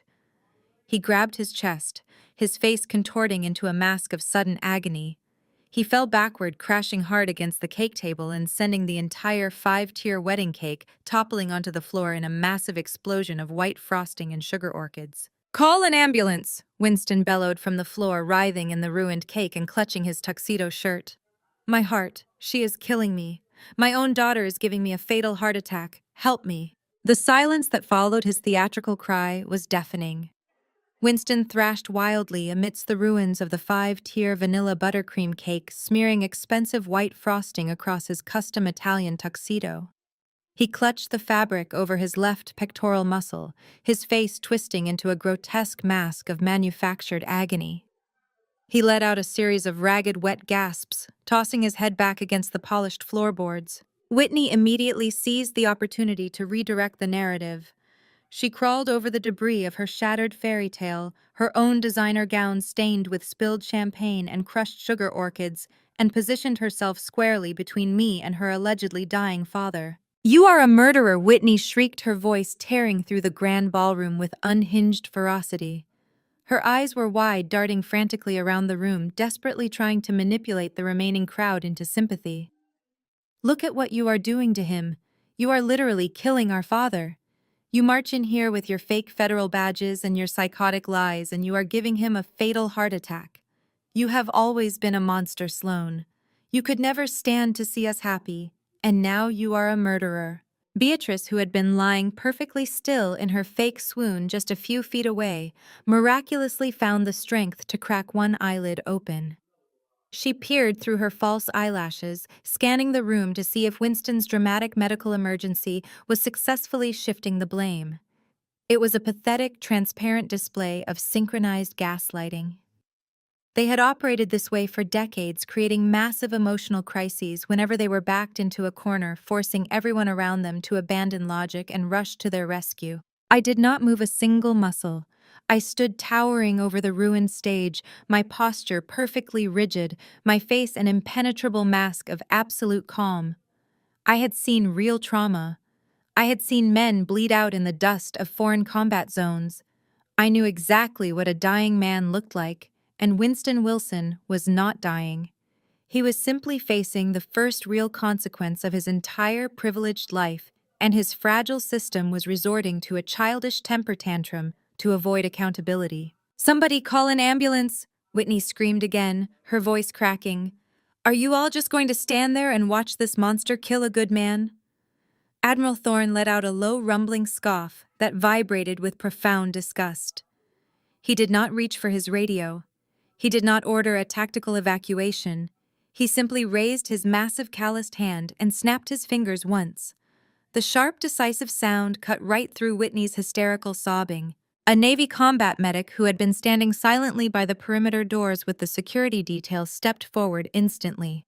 He was a broad-shouldered, imposing man in full tactical uniform, his face carved from pure granite. He did not run. He did not rush. He moved with the terrifying, deliberate precision of a man who routinely operated under heavy enemy fire. He bypassed the panicked wedding guests, stepped over a shattered crystal vase, and vaulted effortlessly onto the raised stage. He unclipped a heavy olive-drab medical kit from his shoulder and dropped it directly next to Winston's head. The heavy canvas bag hit the floorboards with a loud, authoritative thud, causing Winston to flinch violently and break his theatrical performance for a fraction of a second. "We have a medical professional right here," Admiral Thorne announced, his voice projecting across the ballroom like a foghorn. "Let us see exactly how fatal this heart attack really is." Winston, realizing a trained military medic was about to examine him, desperately tried to amplify his symptoms. He began taking short, rapid breaths, clutching his chest even tighter, and rolling his eyes backward. "The pain," Winston groaned, squeezing his eyes shut. "It is crushing me. My left arm is going numb. She did this to me." The combat medic ignored the amateur dramatics completely. He did not offer words of comfort. He did not hold Winston's hand or tell him everything was going to be all right. He simply knelt in the ruined cake, his tactical pants absorbing the vanilla frosting, and went to work with ruthless efficiency. He ripped open his medical bag and pulled out a digital blood pressure cuff and a portable pulse oximeter. Without asking for permission, he grabbed Winston's flailing left arm, pinned it firmly to the floor with one hand, and expertly wrapped the cuff around his bicep. Winston let out a sharp yelp of protest at the physical restraint, but the medic simply tightened the Velcro with a harsh, tearing sound. "Hold still, sir," the medic ordered, his voice flat and completely devoid of emotion. He clipped the pulse oximeter onto Winston's index finger. The small machine immediately lit up, emitting a steady rhythmic beep that echoed loudly in the silent ballroom. The steady, perfectly even tempo of the electronic beep completely contradicted the frantic, dying gasps Winston was forcing from his throat. The medic pressed a button on the blood pressure monitor. The machine hummed to life, inflating the cuff tightly around Winston's arm. The entire ballroom held its collective breath. The venture capitalists, the elite socialites, the country club, board members, they all stood frozen in place, watching the digital screen on the medic's equipment as if it were a bomb counting down to zero. Whitney stopped crying. She knelt beside her father, her eyes darting between the medic and the digital monitor, a fresh wave of panic settling over her features. She knew her father was lying, but she had desperately hoped the military personnel would be too intimidated by their wealth to call their bluff. Beatrice remained perfectly still on the floor, but her breathing had become noticeably shallow as she waited for the medical verdict that would either save them or destroy them completely. The blood pressure machine finished its cycle with a sharp electronic chirp. The cuff deflated rapidly. The combat medic leaned forward, inspecting the bright green digital numbers glowing on the screen. He then checked the steady rhythmic readout on the pulse oximeter. He did not look surprised. He did not look concerned. He looked profoundly irritated to be wasting his time on a civilian fraud. The medic unclipped the oximeter from Winston's finger and ripped the blood pressure cuff off his arm. He stood up slowly, towering over the supposedly dying patriarch. He turned his head and looked directly at Admiral Thorne, completely ignoring Winston and Whitney. Heart rate is 85. Blood pressure is 120/80. The medic announced, his voice booming across the grand ballroom with absolute, undeniable authority. He is perfectly fine, Commander. Just a theatrical performance. The silence that smashed into the room was absolute. It was a heavy, suffocating weight that instantly crushed the final breath out of the Wilson family's social empire. Winston froze completely. His fake gasping stopped in an instant. His hands, which had been tightly clutching his chest, slowly fell limply to his sides. He lay there in the ruined cake, staring up at the ceiling, his face burning with a level of humiliation so profound it was almost palpable. The lie was exposed. The performance was over. The ultimate manipulation had failed on the most spectacular stage imaginable. Whitney scrambled backward, crab walking away from her father as if he were suddenly radioactive. Her last line of defense, her final attempt to paint me as a villain, had been clinically and publicly dismantled by a United States military medic. Beatrice, realizing the fainting spell was no longer a viable escape strategy, slowly sat up from the floor. She did not look at me. She did not look at her husband. She stared blankly ahead, completely paralyzed by the sheer magnitude of their exposure. A low collective murmur began to ripple through the crowd of elite guests. The murmur quickly escalated into a wave of unfiltered vocal disgust. The people in this room were wealthy, ruthless, and opportunistic, but they despised weakness, and they absolutely loathed being made fools of. They had watched Winston steal from his own daughter. They had watched Beatrice fake a medical emergency. They had watched Donovan assault a federal officer. And now they had watched the patriarch of the family fake a heart attack to avoid accountability. It was pathetic, it was disgraceful, and it was highly contagious. A prominent venture capitalist, a man who had invested millions into Donovan's firm, threw his crystal champagne glass onto a nearby table in utter disgust. "This is an absolute circus," the investor spat, turning his back on the stage. "I am done with these frauds. Call the legal team. Sever every single contract immediately." His words were the catalyst. The dam broke. The remaining guests, the absolute elite of high society, turned their backs on the Wilson family in complete, synchronized unison. They did not whisper polite goodbyes. They did not offer hollow condolences. They simply began walking out of the grand ballroom en masse. The sound of hundreds of expensive leather shoes and designer heels marching toward the exits echoed like a funeral dirge for Winston's empire. They were fleeing the toxic blast radius, eager to distance themselves from the radioactive fallout of the federal indictments and the spectacular public humiliation.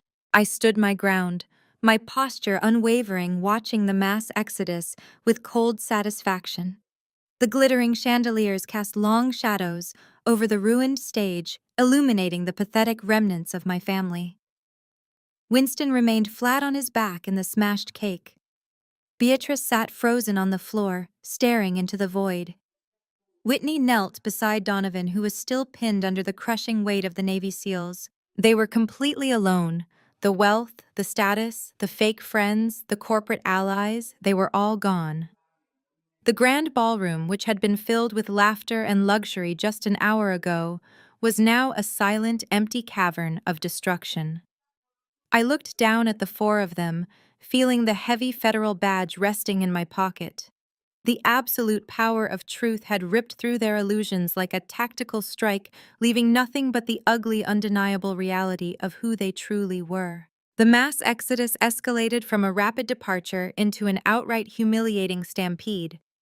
The very people who had spent the last 2 hours drinking vintage champagne and toasting to Winston and Donovan's supposed brilliance were now frantically trampling over one another to escape the blast radius of a federal fraud investigation. It was a spectacular display of high society cannibalism. I watched as Arthur Pendleton, the CEO of the largest defense subcontracting firm on the eastern seaboard, violently shoved a towering $10,000 floral arrangement out of his way. The heavy crystal vase shattered against the polished marble floor, sending water and white roses everywhere, but Arthur did not even flinch.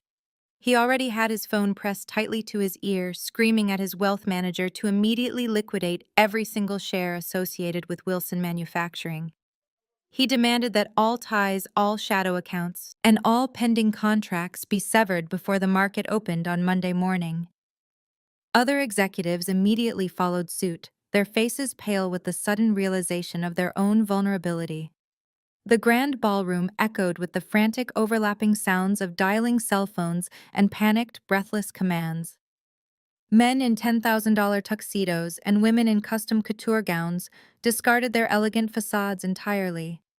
They abandoned their expensive silk clutches, dropped their half-eaten plates of imported caviar, and focused solely on ruthless self-preservation. I heard the word indictment hissed through the crowd like a highly contagious virus. They knew exactly how the system worked.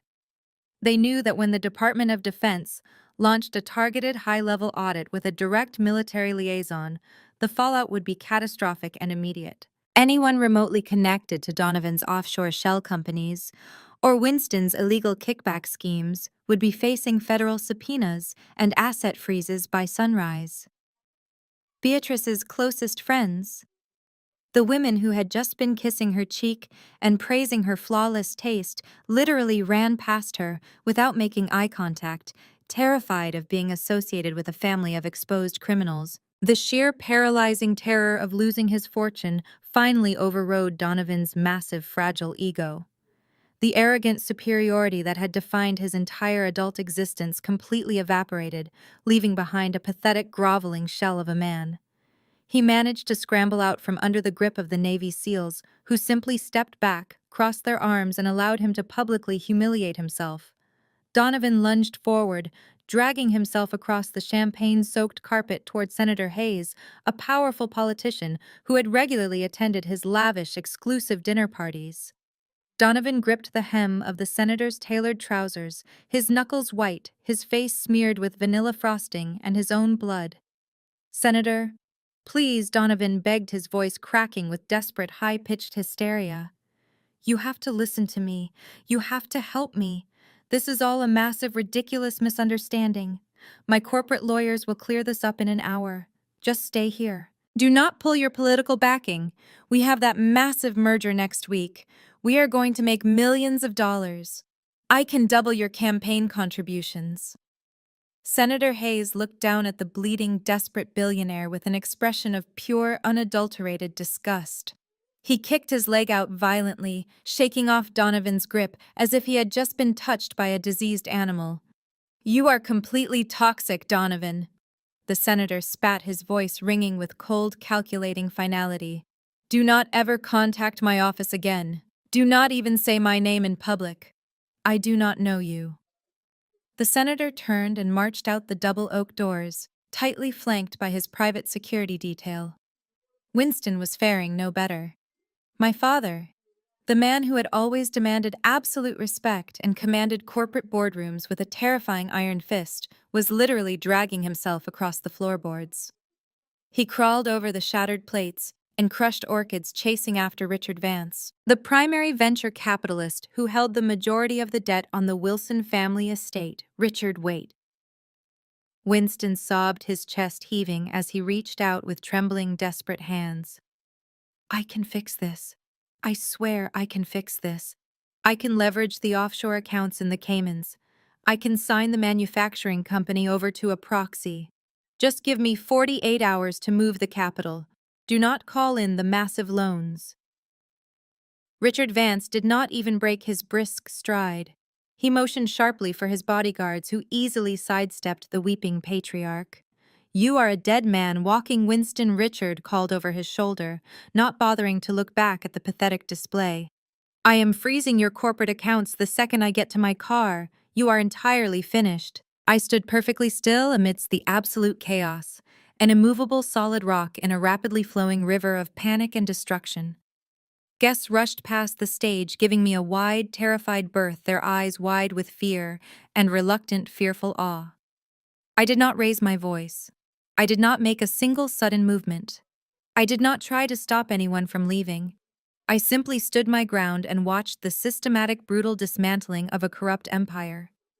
The contrast was stark, brilliant, and undeniable. On the floor below me, the elite criminals of high society were thrashing, crying, and tearing each other apart for the useless scraps of their former glory. On the stage, the military personnel and I remained completely disciplined, anchored by the unyielding weight of the absolute truth. I let them destroy themselves. I let the toxic, rotting foundation of their relationships collapse under the sheer crushing pressure of legal accountability. Whitney was screaming hysterically at Beatrice, violently blaming her mother for encouraging the wedding and forcing her into a marriage with a bankrupt criminal. Beatrice was curled into a tight, trembling ball, weeping openly over her ruined social status and the absolute loss of her precious country club membership. They were a family built entirely on lies, manipulation, and stolen money, and without the stolen money to sustain those lies, they had absolutely nothing left but vicious, unfiltered resentment. Their polished masks had melted away, revealing the terrified, greedy monsters hiding underneath. Within 15 agonizing minutes, the grand ballroom was entirely deserted. The classical orchestra had fled out the service corridors, leaving their sheet music scattered on the floor. The catering staff had vanished, leaving trays of expensive food abandoned on the pristine white tables. The hundreds of wealthy investors, corrupt politicians, and elite socialites were completely gone. The only sounds left in the massive echoing space were the steady breathing of the Navy operatives and the pathetic, ragged sobs of my ruined family. Winston remained on the floor, surrounded by trampled orchids, spilled wine, and broken crystal glass. He slowly pushed himself up onto his shaking knees, his expensive custom suit ripped and ruined, his silver hair plastered to his sweating forehead. He looked around the empty, silent room, slowly processing the absolute totality of his destruction. His manufacturing company was gone. His sprawling estate was gone. His flawless reputation was incinerated. He was facing federal prison and absolute poverty. He had absolutely zero leverage left in his arsenal. He looked over at Donovan, who was bleeding and cursing on the floor, and realized the billionaire groom was just as useless and powerless as a broken piece of furniture. Winston slowly turned his head and looked up at me. He stared at the solid gold federal badge gleaming on the chest of my cheap gray dress, recognizing it as the ultimate symbol of the power he had just permanently lost. The frantic anger drained from his face, replaced rapidly by something far more insidious, desperate, and deeply disturbing. He stopped crying. He stopped his fake gasping. He pulled his trembling body up, attempting to smooth out his ruined lapels, and resorted to the most dangerous, toxic tactic he had left. Pure, pathetic emotional manipulation. He looked at me with wide, tear-filled, pleading eyes, forcing a trembling, affectionate, and deeply unnatural smile onto his lips.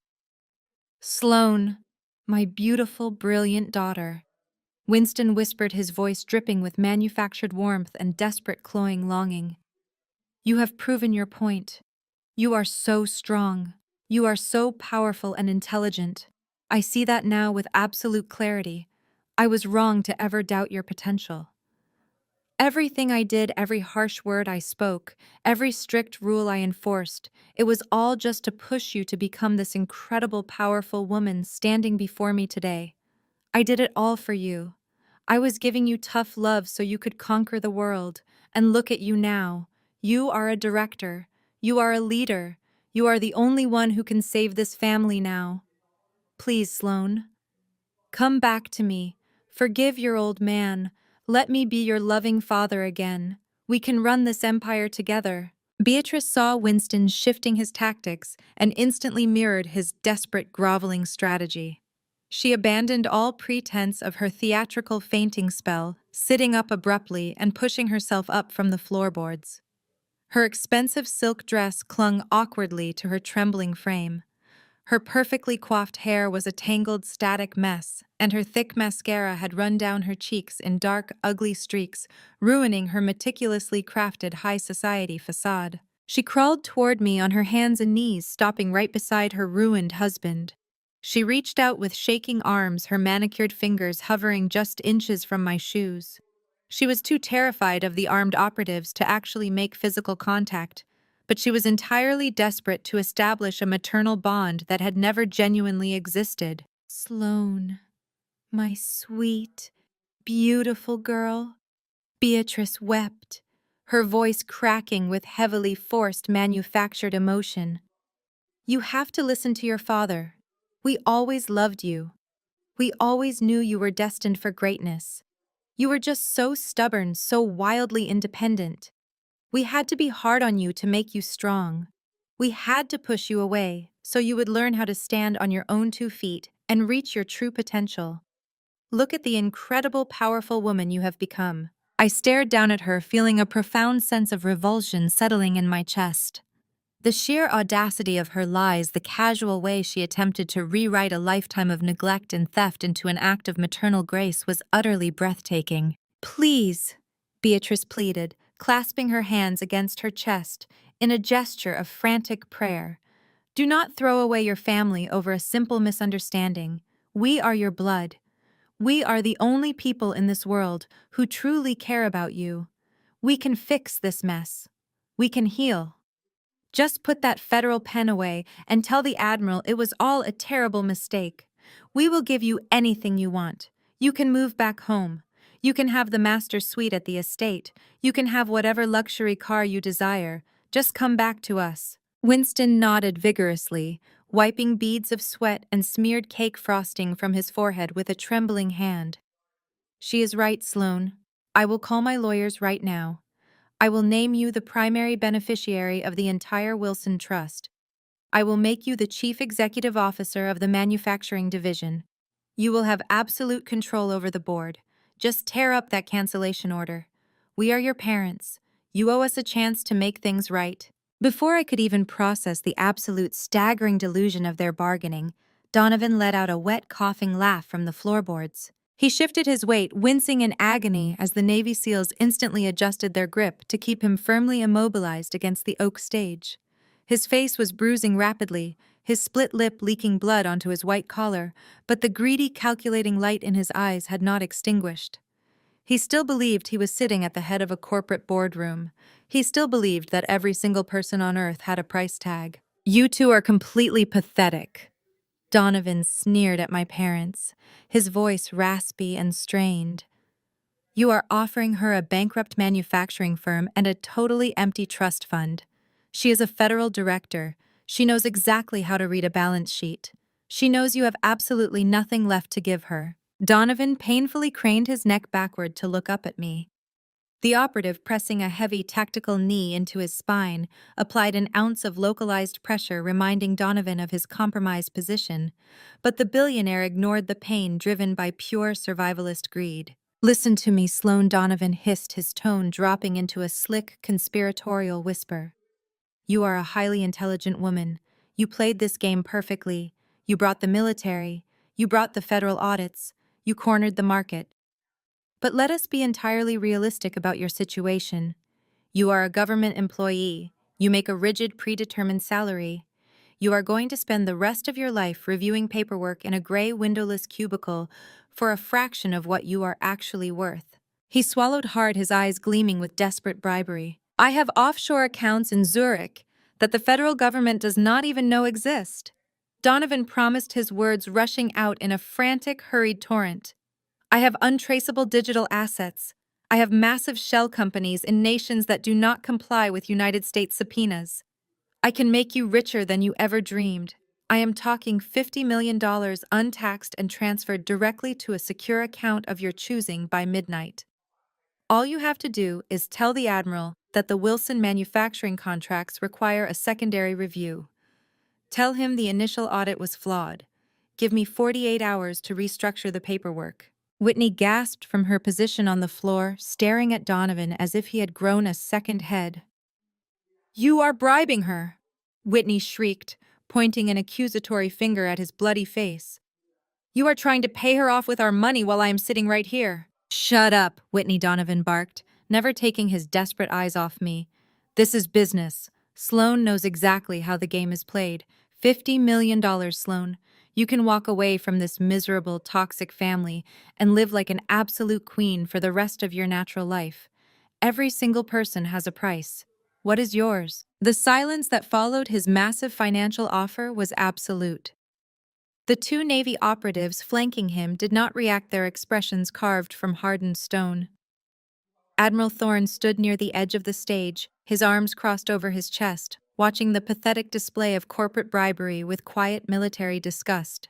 I looked at Winston, who was staring at me with a desperate, hopeful glimmer in his eye, clearly praying that I would take Donovan's dirty money and somehow save their corrupt ecosystem in the process. I looked at Beatrice, who was holding her breath, waiting for me to succumb to the underlying greed she believed was inherent in all of us. I looked at Donovan, who was smiling a bloody, arrogant smile, entirely convinced that his vast wealth was an ultimate shield against federal consequence. I slowly reached into my pocket and pulled out my heavy federal credentials, tracing the gold seal of the Department of Defense with my thumb. You did not make me strong, I said, my voice echoing through the vast, empty ballroom, like a judge reading a final sentence. My tone was entirely devoid of anger. It was stripped of all residual childhood resentment.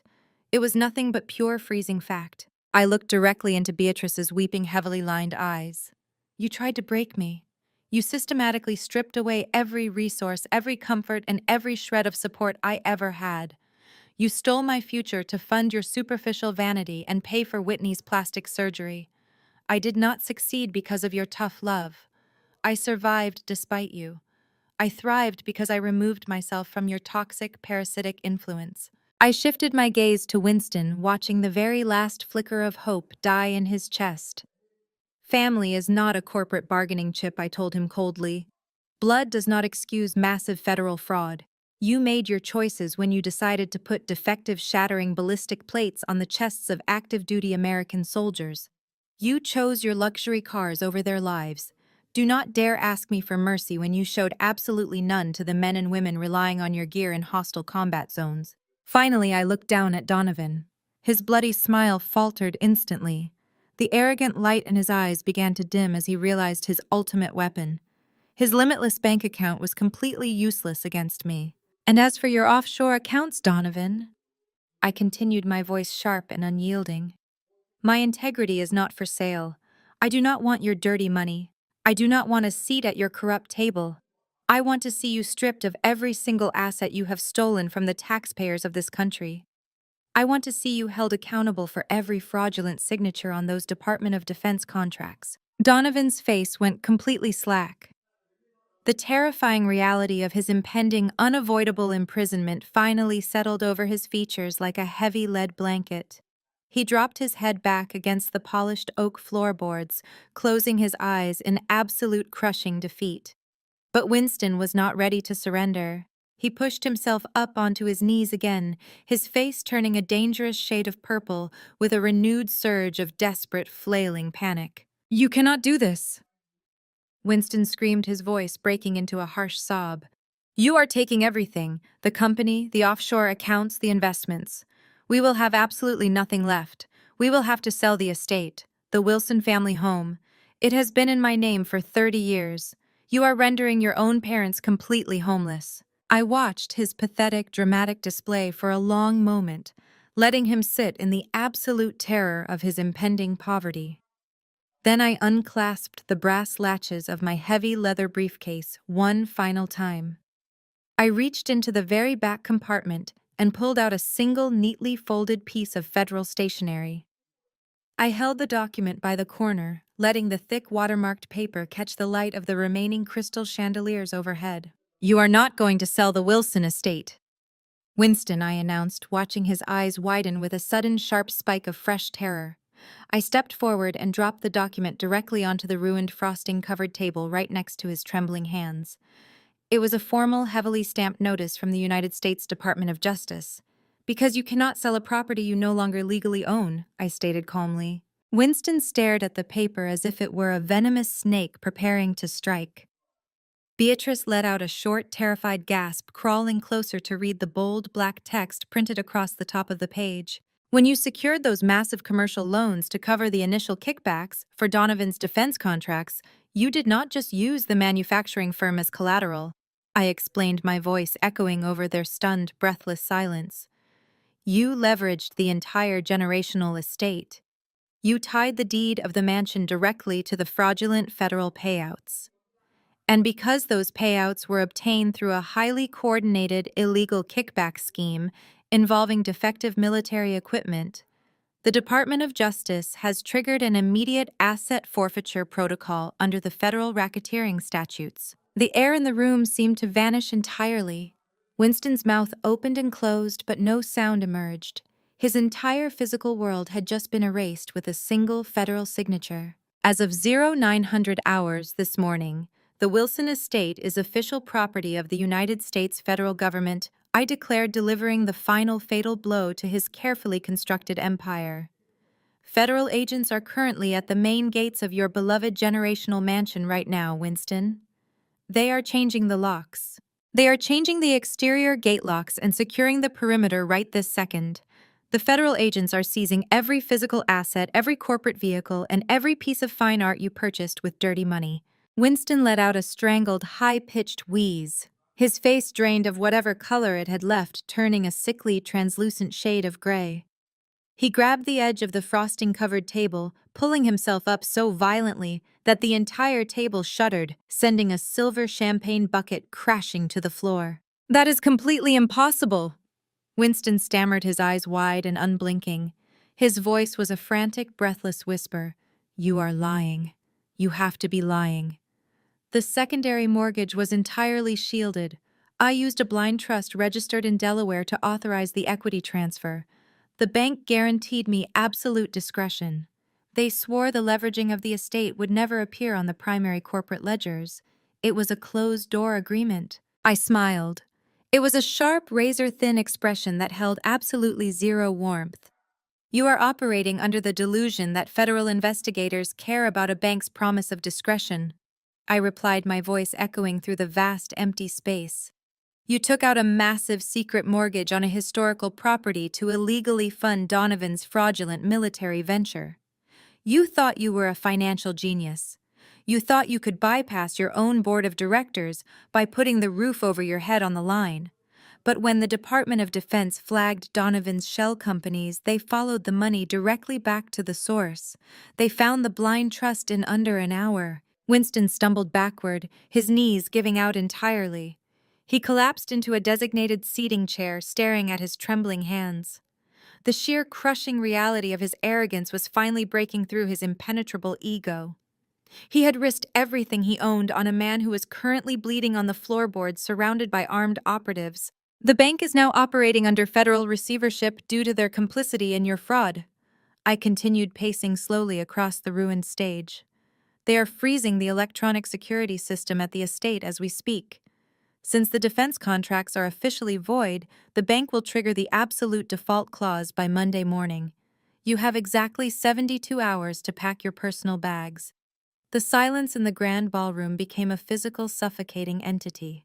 72 hours. Winston repeated, his voice cracking into a pathetic whimper. You have 72 hours to collect your clothing and whatever basic necessities you can carry, I clarified, staring down at him with unyielding authority.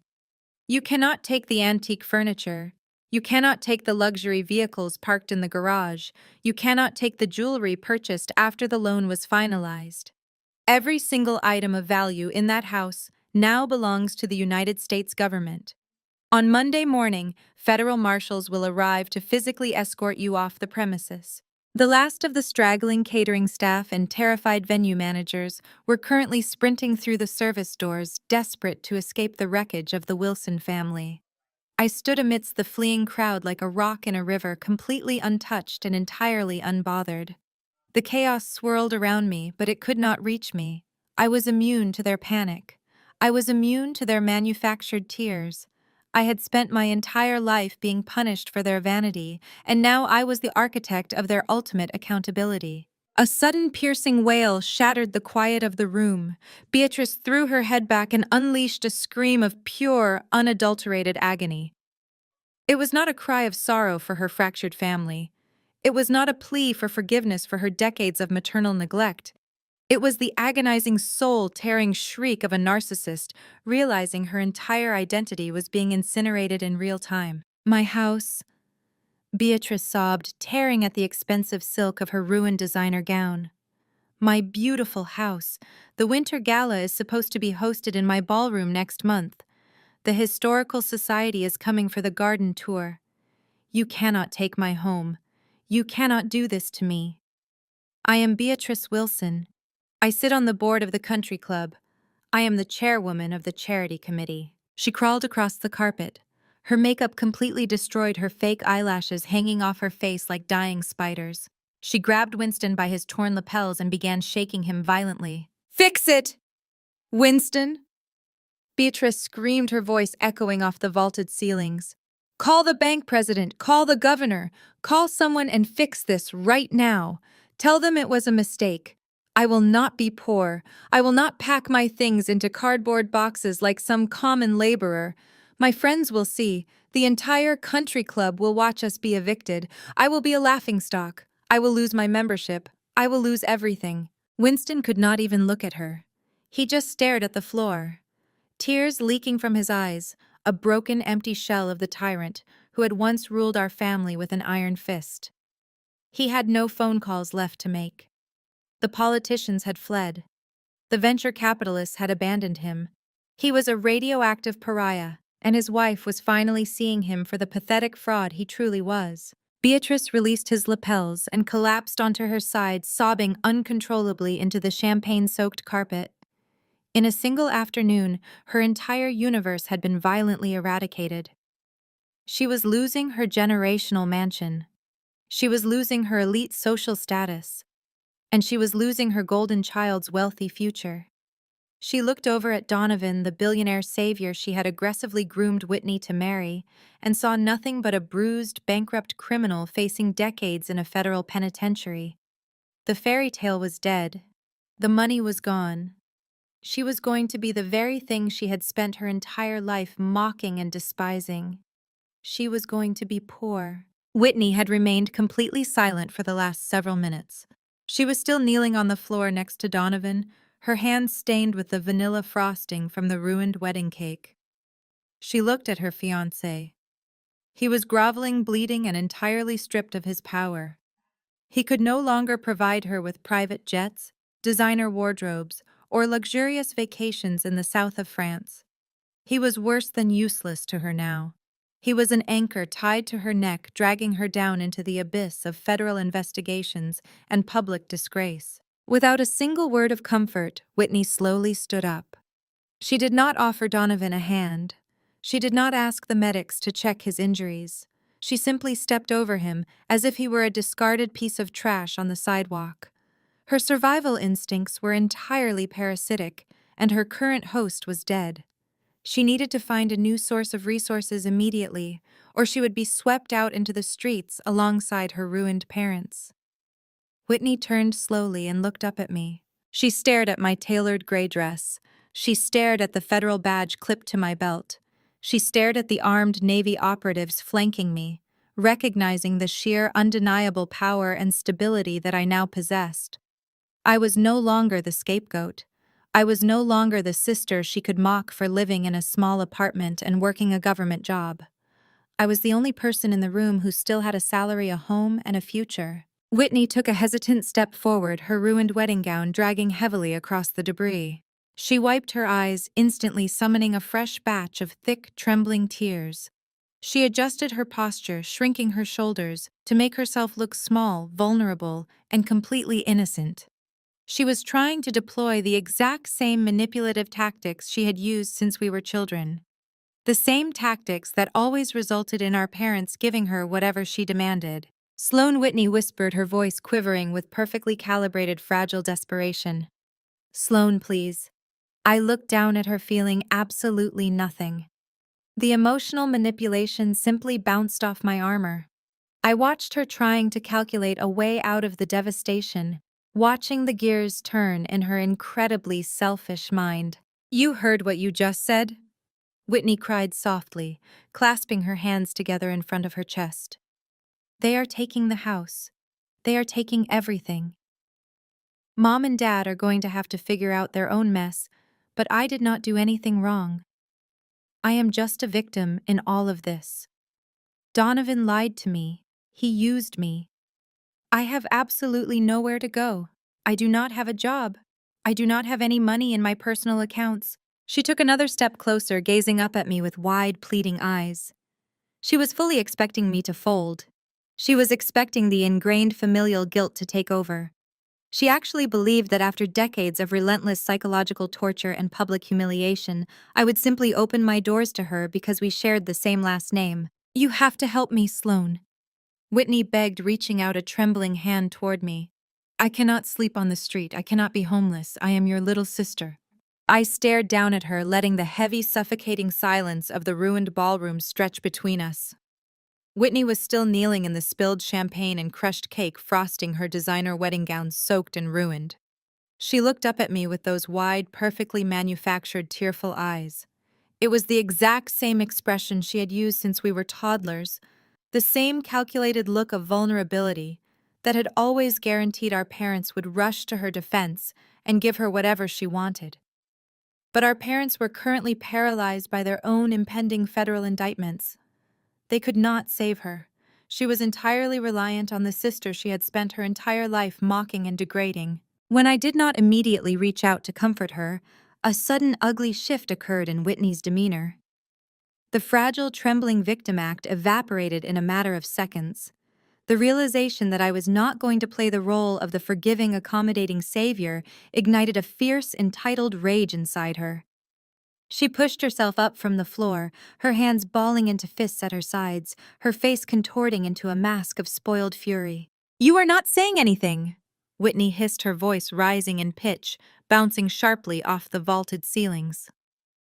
"Why are you just standing there staring at me? You have to fix this. You created this entire nightmare. You waited until my wedding day to do this. You deliberately chose today to maximize the damage and humiliate me in front of hundreds of people. You ruined my future, Sloane. Donovan was going to take care of me.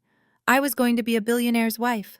Now I have absolutely nothing, and it is entirely your fault." She took another step toward me, jabbing a manicured finger in my direction.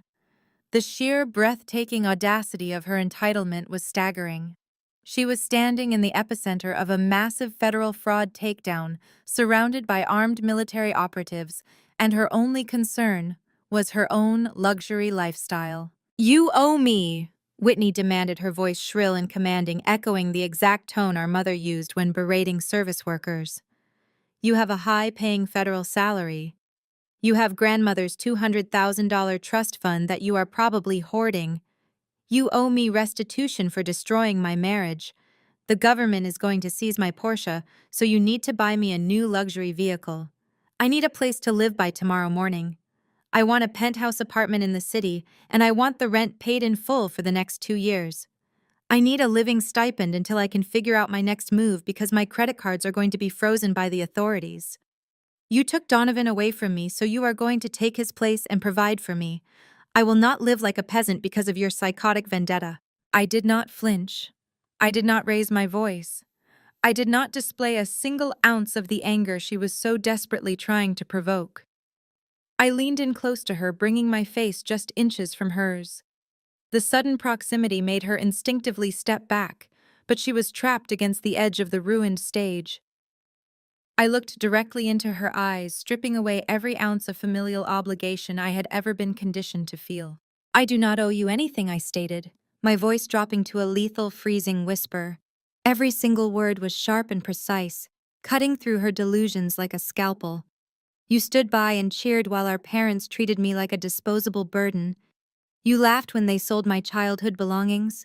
You proudly wore designer clothes and drove a vintage sports car funded entirely by money stolen from my inheritance and embezzled from military defense contracts. You knew exactly who Donovan was.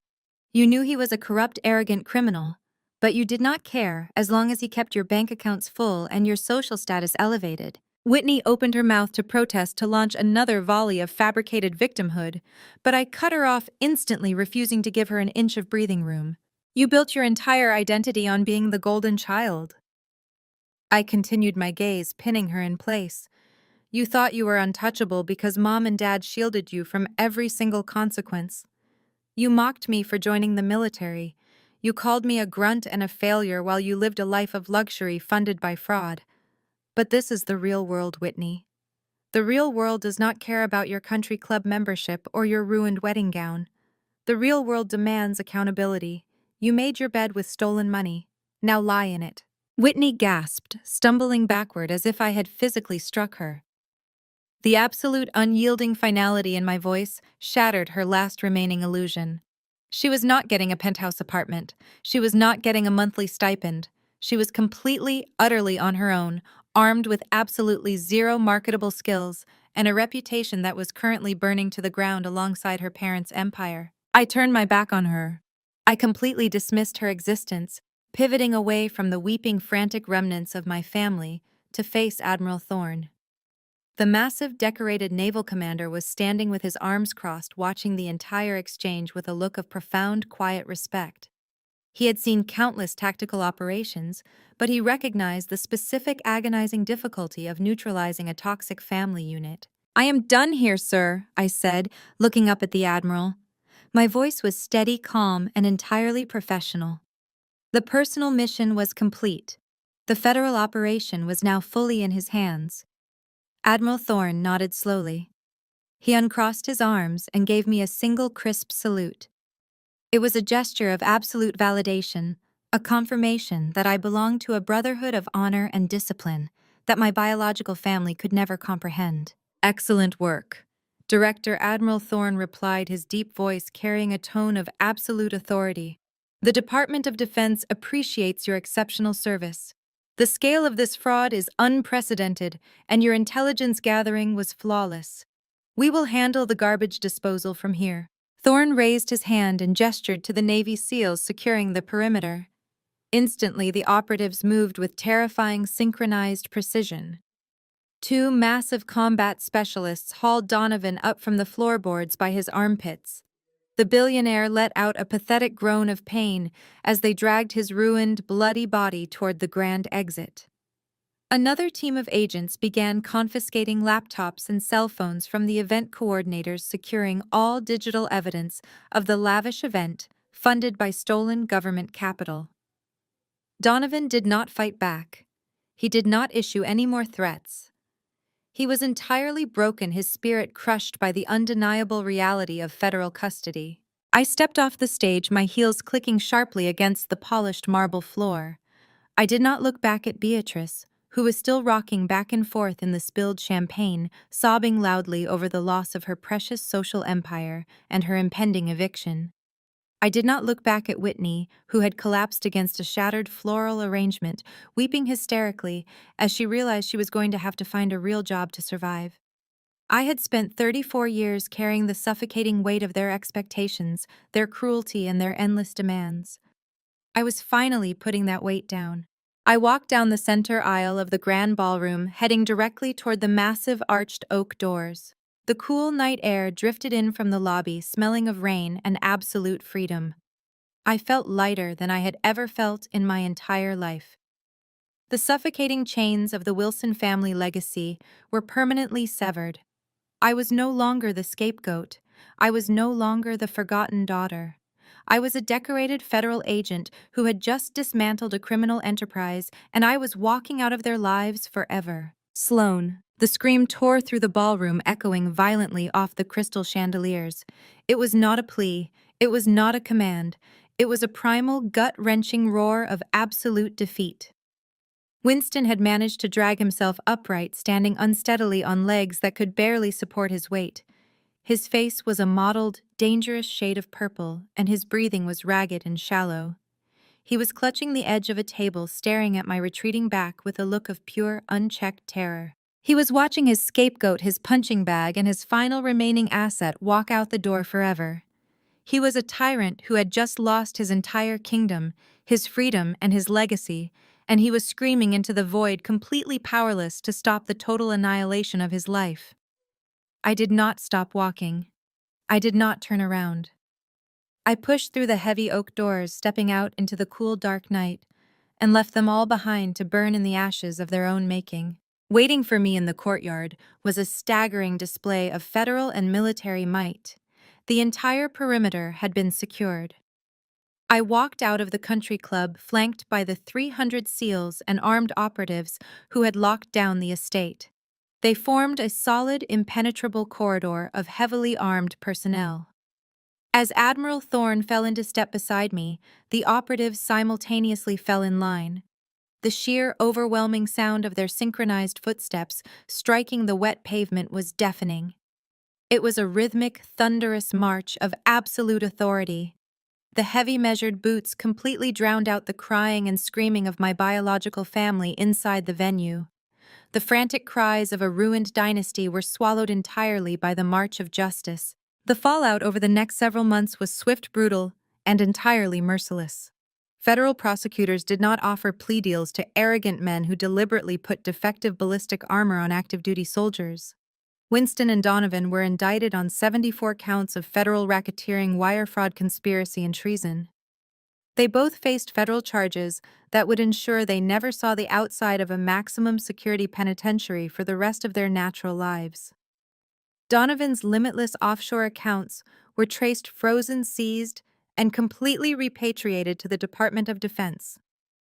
Winston's massive ego shattered as he spent his days in a sterile concrete cell, entirely forgotten by the corporate world he once ruled. Beatrice's descent into poverty was a spectacular, highly publicized tragedy. The Department of Justice seized the generational estate just as I had promised, auctioning off her priceless antiques.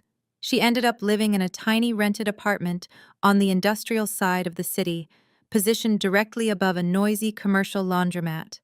She had no domestic staff, no designer wardrobe, and absolutely no social standing. She spent her days staring at peeling wallpaper, completely shunned by her wealthy friends and the elite society that had once worshipped her. Poverty was a highly contagious disease in her circles, and Beatrice was permanently infected. Whitney's grand billion-dollar fairy tale shattered instantly. The moment Donovan was indicted and his assets were seized by the federal government, her marriage was annulled before the ink dried on the certificate. Stripped of her trust fund, her wealthy fiancé, and her parents' financial backing, Whitney was forced to face the real world with absolutely zero survival skills. The former golden child was forced to work double shifts as a front desk receptionist at a budget car rental agency, spending her meager paychecks on rent for a windowless basement studio. There were no more private jets or luxury shopping sprees. There was only the harsh, grinding reality of the working-class life she had spent her entire childhood mocking. I let the final updates of their miserable, fractured lives wash over me like a passing breeze, feeling absolutely no guilt and no triumph. It was simply the natural, unavoidable consequence of their own unchecked greed. I closed the thick operational dossier on my desk and permanently deleted their files from my secure server. The Wilson family was a closed case. I stepped out of the command tent and walked onto the sprawling, windswept tarmac of the Naval Air Station. The early morning sun was just beginning to break over the distant horizon, casting a brilliant, fiery glow across the massive gray fuselage of the C-17 Globemaster waiting on the runway. The heavy jet engines were already whining with a low, powerful hum, preparing for a classified transport sequence. The smell of jet fuel and sea salt filled the air, a scent that always signaled the beginning of a new mission. Standing on the tarmac next to the military transport plane, I raised my hand to my chest. My fingers brushed against the cool, heavy metal of the Navy Cross, pinned perfectly to my tactical uniform. It was the highest decoration a civilian director could receive, awarded by the Department of Defense for exceptional valor and flawless intelligence execution. But the prestigious medal itself was not what truly mattered to me. What mattered was the group of men and women standing at the base of the aircraft loading ramp. I was surrounded by my squad, my team, my actual family. They were fully geared up, laughing and checking their equipment with the easy, unbreakable camaraderie forged in high-stakes combat zones and endless, grueling operations. There was Jackson securing the final heavy cargo crates with a grin. There was Miller double-checking the tactical communication arrays and giving me a thumbs up. And there was Admiral Thorne holding a fresh cup of black coffee waiting for my final authorization to board. These were people who did not care about the balance of my bank account, the designer labels in my closet, or the prestige of my bloodline. These were people who had bled for me, fought for me, and respected me purely for the content of my character and the sharpness of my mind. I walked toward them, the strong coastal wind catching my hair, a genuine, unburdened smile finally breaking across my face. I looked back at the distant city skyline one last time, thinking of the grand ballroom, the ruined wedding, and the people who had tried so desperately to keep me small, insignificant, and isolated. Family isn't blood. Family is who stands by you in the trenches. They tried to bury me at table 42, but they forgot. I learned how to thrive in the dark. The most powerful lesson from Sloane's journey is that biological ties do not excuse toxic behavior, and true family is defined by mutual respect, not just blood. For years, her relatives used familial obligation to manipulate and diminish her. However, Sloane's ultimate triumph wasn't merely exposing their crimes. It was her steadfast refusal to succumb to their final guilt trips. She taught us that walking away from an abusive environment is a courageous, necessary step towards self-preservation. Protect your peace and boldly surround yourself with a chosen family that genuinely values you. Have you ever had to draw a hard line with toxic relatives? Share your story and comment below.